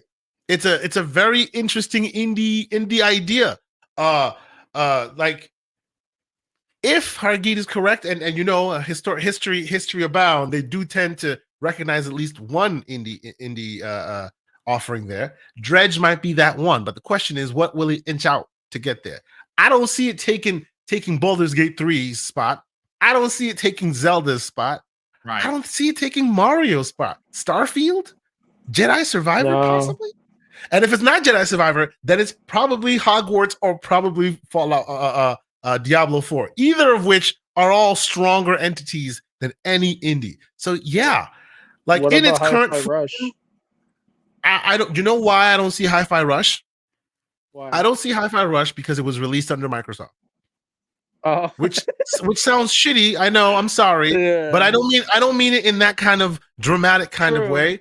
But if they were by themselves, they would have been a rose that grew out of concrete, and they would have gotten all the love in the world. But the minute you say that Microsoft released it, oh, AAA banger. Well, where's that other AAA game? This is great, but we wanted the other AAA game, and it gets lost in the sauce. Yeah, yeah. Like their publisher kind of, even though the game stood on its own and did great numbers and all that, I feel like it kind of, Microsoft being their backer kind of counteracted their narrative. If they came out of nowhere with Hi-Fi Rush, it would have been the indie darling everywhere.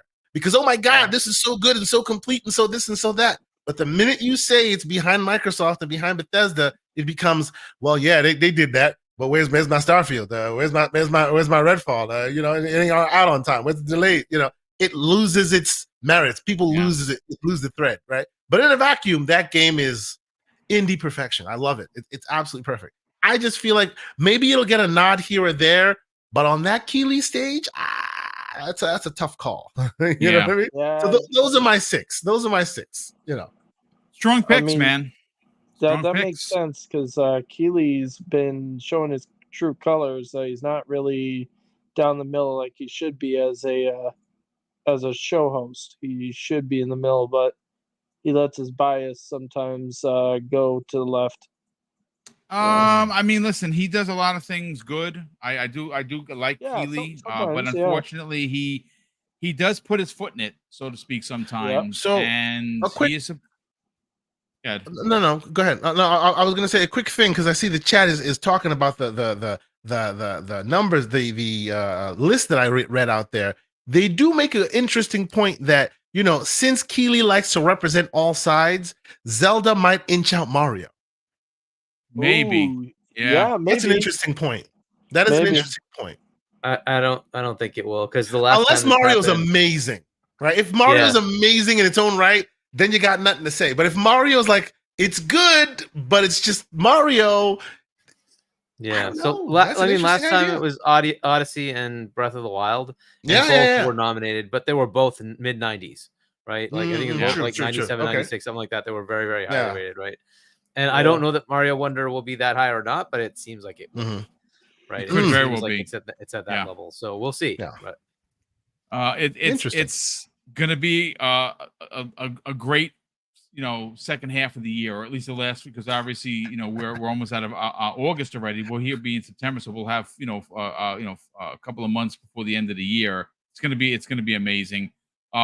One question. This is for the chat. This is for the panel. This is a silly one, but I'm interested to get the hot take of how you're gonna play this game, first person or third person. But before we get to that, I want to read some super chats over here. We have Dragon Heart Yobi. What's going on, brother? How the heck are you? He drops very generous $10 super chat and says, it already started. I saw a tweet of an audio a while back of Tupac's song staring through my eyes, and someone used AI to have Tupac replace some of his lyrics with the console war rhetoric. Yeah. It was terrible. Yikes. That is terrible. We have Alvin drops a very generous $5 super chat and says, this Mario talk I hear from the panel is coming from where? It's going to score and sell well, but if it's not a 3D Mario, it could easily get snubbed. Yeah, but look, I'm going to be honest with you that you're onto something, but this game looks special. Yeah. It looks like a traditional Mario. When I saw it, and I've watched that trailer a dozen times, I got Super Mario Brothers 3 vibes, and that's one of my favorite of all time. Yeah. So, and by the way, he is wrong in saying that if it's not a 3D Mario, it's recency bias. Remember, with the Mario IP, the 2D Mario is the premiere. They just switched it recently. That's right. correct. And when was the last premiere 3D Mario you've seen? The last real premiere 2D, I should say. Mario Makers 2, right? Which was way back in Wii U days. The minute they made that, I knew this was coming, because you can't give people the keys to making Mario and then expect them to make another regular Mario. That I agree. Now, well, listen, Mr. Nintendo himself, Special Nick of the Xbox era, dropped a very generous $2 super chat and says Super Mario Brothers Wonder is already his Game of the Year 2023. And it ain't even out. Oh, okay, Special Nick. Now let's go in reverse order. Kay Asante, this game is going to give players an opportunity to play in first person or third. I know how I'm going to play it. I'm going to play it strictly in third person because I like playing in third person. This is going to be a very visual treat for the eyes, which is why it's 30 frames. Now, again, if you're playing on PC, you're going to get your Rocky 60. I'm not using Filmic. I'm not. Yes. How are you going to play the game, sir? Well, at the risk of insulting everyone in this chat and getting virtual tomatoes thrown at me all over the place, I'm a man who likes options, you see. So I make sure options are available to myself wherever I choose to want to play it, you see, you understand. So I will be playing both on console and on PC. I'll be playing both third person and first person, depending on the scenario in which I choose to play. And then I will make sure that I set my monitor to 144 hertz so that I'm playing at the finest fidelity. Thank you very much. 4K insisted, of course. Yes, I am sorry. Well, I'm going to be playing on the throw the virtual tomatoes at me. No. So I'm going to get my 45 frames. There you go. Yes. Hey. I hear that deal about the AMD FSR thing that people are talking about. It looks like those AMD handhelds are actually performing pretty good with ROG Ally with the Starfield, if the rumors are to be believed. People are playing them on handhelds. Jay Asante, you sound like Jack Black when you're doing the voice. I love it. Well, I can do a bunch of different voices if I so choose. It's fine. I love it. It's good stuff. Jordan TJ, how are you going to play? Are you going to be going back and forth, or are you a first person, or are you a third person? How are you going to play the game? I like both modes, and that's the luxury of owning over 1,000 games on my hard drive on my Xbox. There you go. So me, it's really not a big deal. I'm probably going to go first person for the shooting aspect, but third person for the exploring. Yep. And I'm going to be playing on my Xbox Series X because that's the best way to play it. Unless if you got a really, really spec'd out rig. Mine's only $2,000. Mine's just a pre-built PC, so I'm definitely not playing on that. I mean, it'd probably play 1080p 60, but I bet you. But what I've heard tech-wise that they've gotten this to run any medium to high spec PC, you can get more than 30 frames out of that thing. What about a GeForce 1660? I mean, a 1660 is more powerful than a ROG Ally, and that's getting over 40 frames. That's what I have in my computer. So there you go. I have an AMD 7 series chip. Yeah, nice. Yeah, you probably get. I think you'd easily be able to get 60 out of that. Yeah, you can get some performance out of that. You don't have to worry. You have it. It's in Game Pass. Yeah, you can choose. That's right. You can try it out. Absolutely. Cross save, cross progress. It's like cross everything. It's going to be cross everything, and I love it. I don't own a ROG Ally or Steam Deck, but it's in Game Pass. Do you have Game Pass Ultimate? Yeah, I got Game Pass Ultimate. Yes, you have it. You just log in on your PC with that account, with your Game Pass account. I do want to try it on cloud and see how it works on a 4K phone. And see if I can run it at 60 frames, maybe. Yeah, but you have it on PC if you want to download it and try it. Yeah. I am going to play it both on the ROG Ally when I'm sitting with Mrs. Boom watching our very, very amazing Korean dramas, and I'm addicted to this game. And when she goes to sleep, I'm going to be staying up like way later than an old man should and playing this game. Hargeet Chani, what for you? First person or third?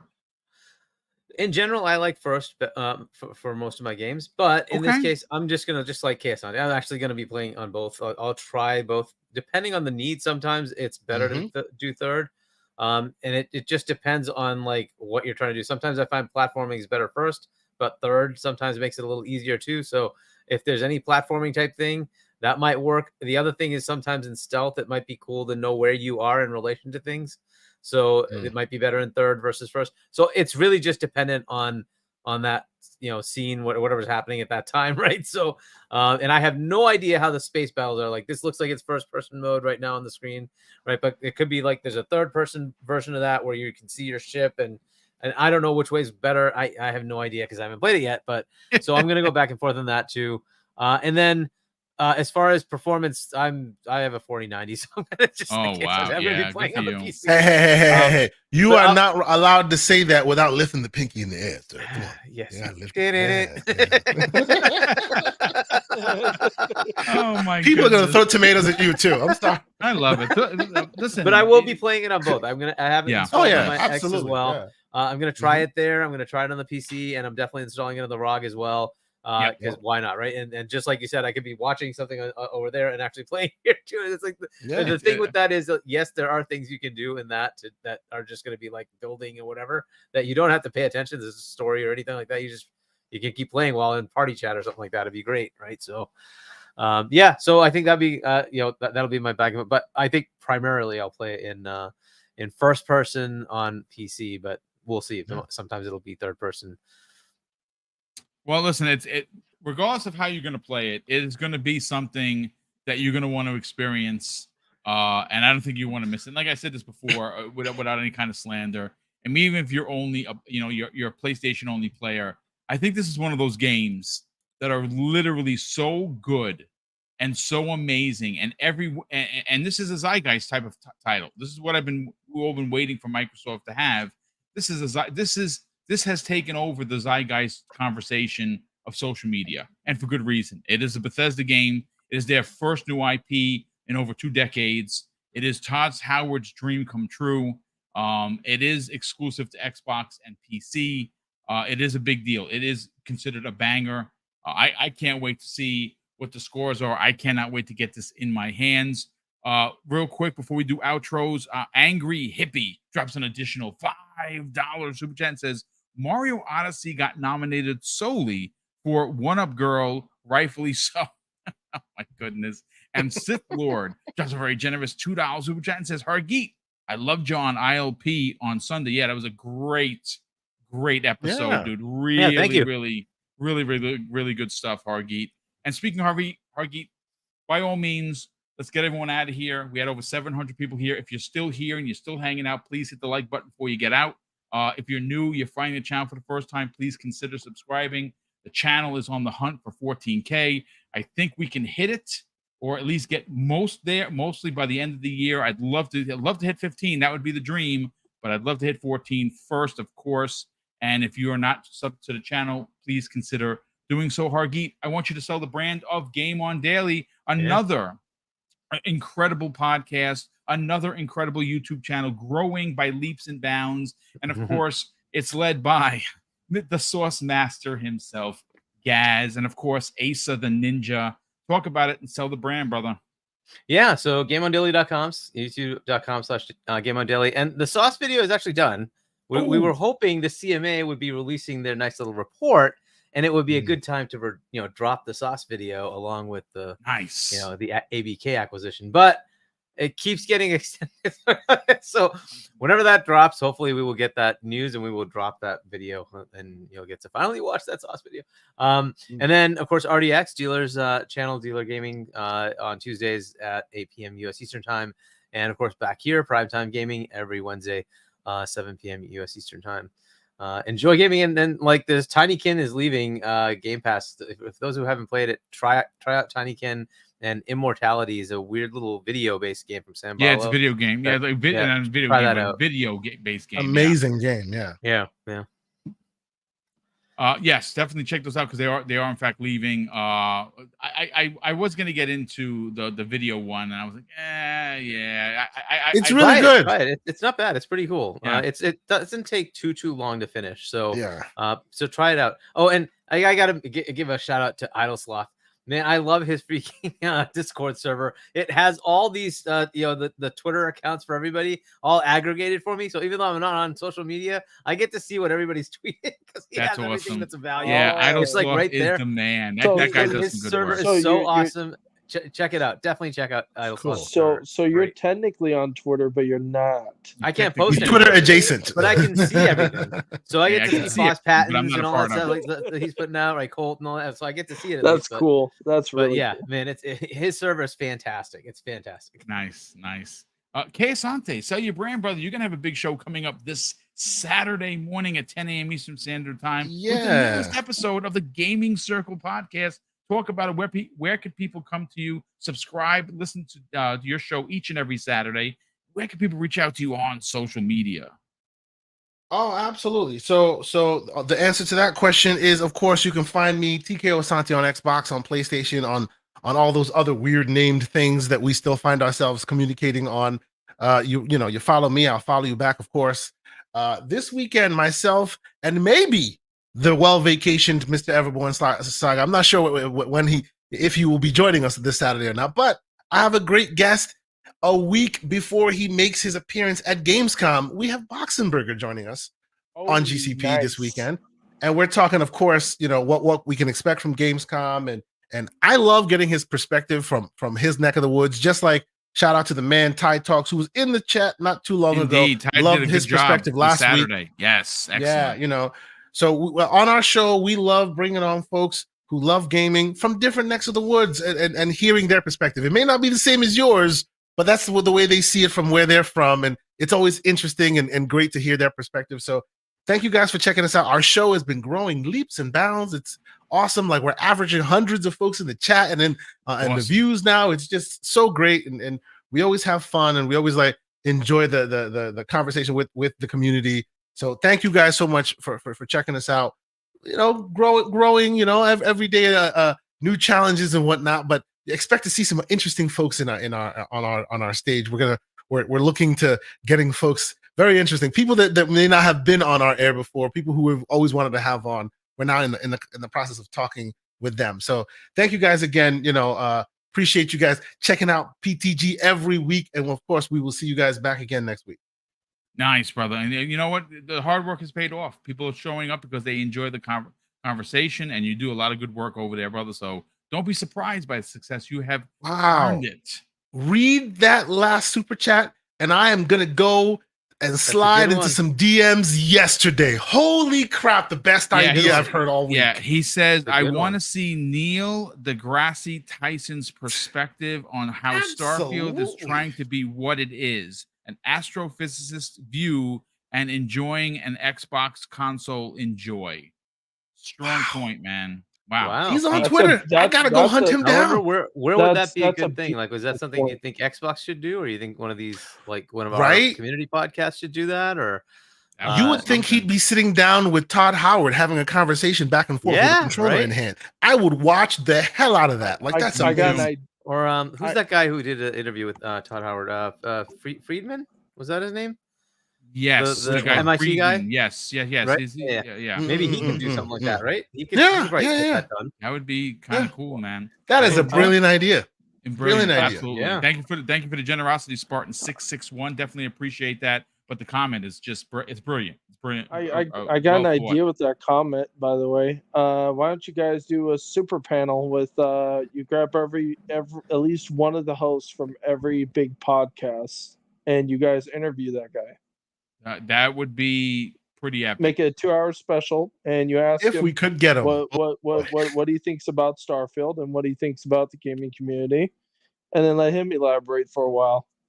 Yeah, good stuff. It would grow your channels, and you would get a fresh perspective on it. Personally, well, yeah, I think a lot. Well, especially this particular one is small. But Drawn TJ, brother, tell everyone where they can reach out to you on social media and potentially strike up a conversation. Okay. Yeah.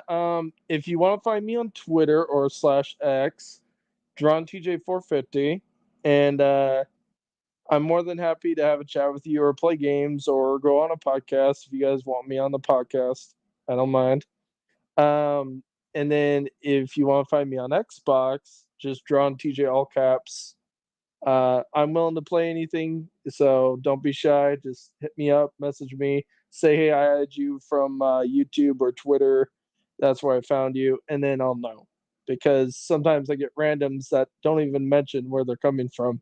So yeah, but everybody hit the like button, please, for Boom, please.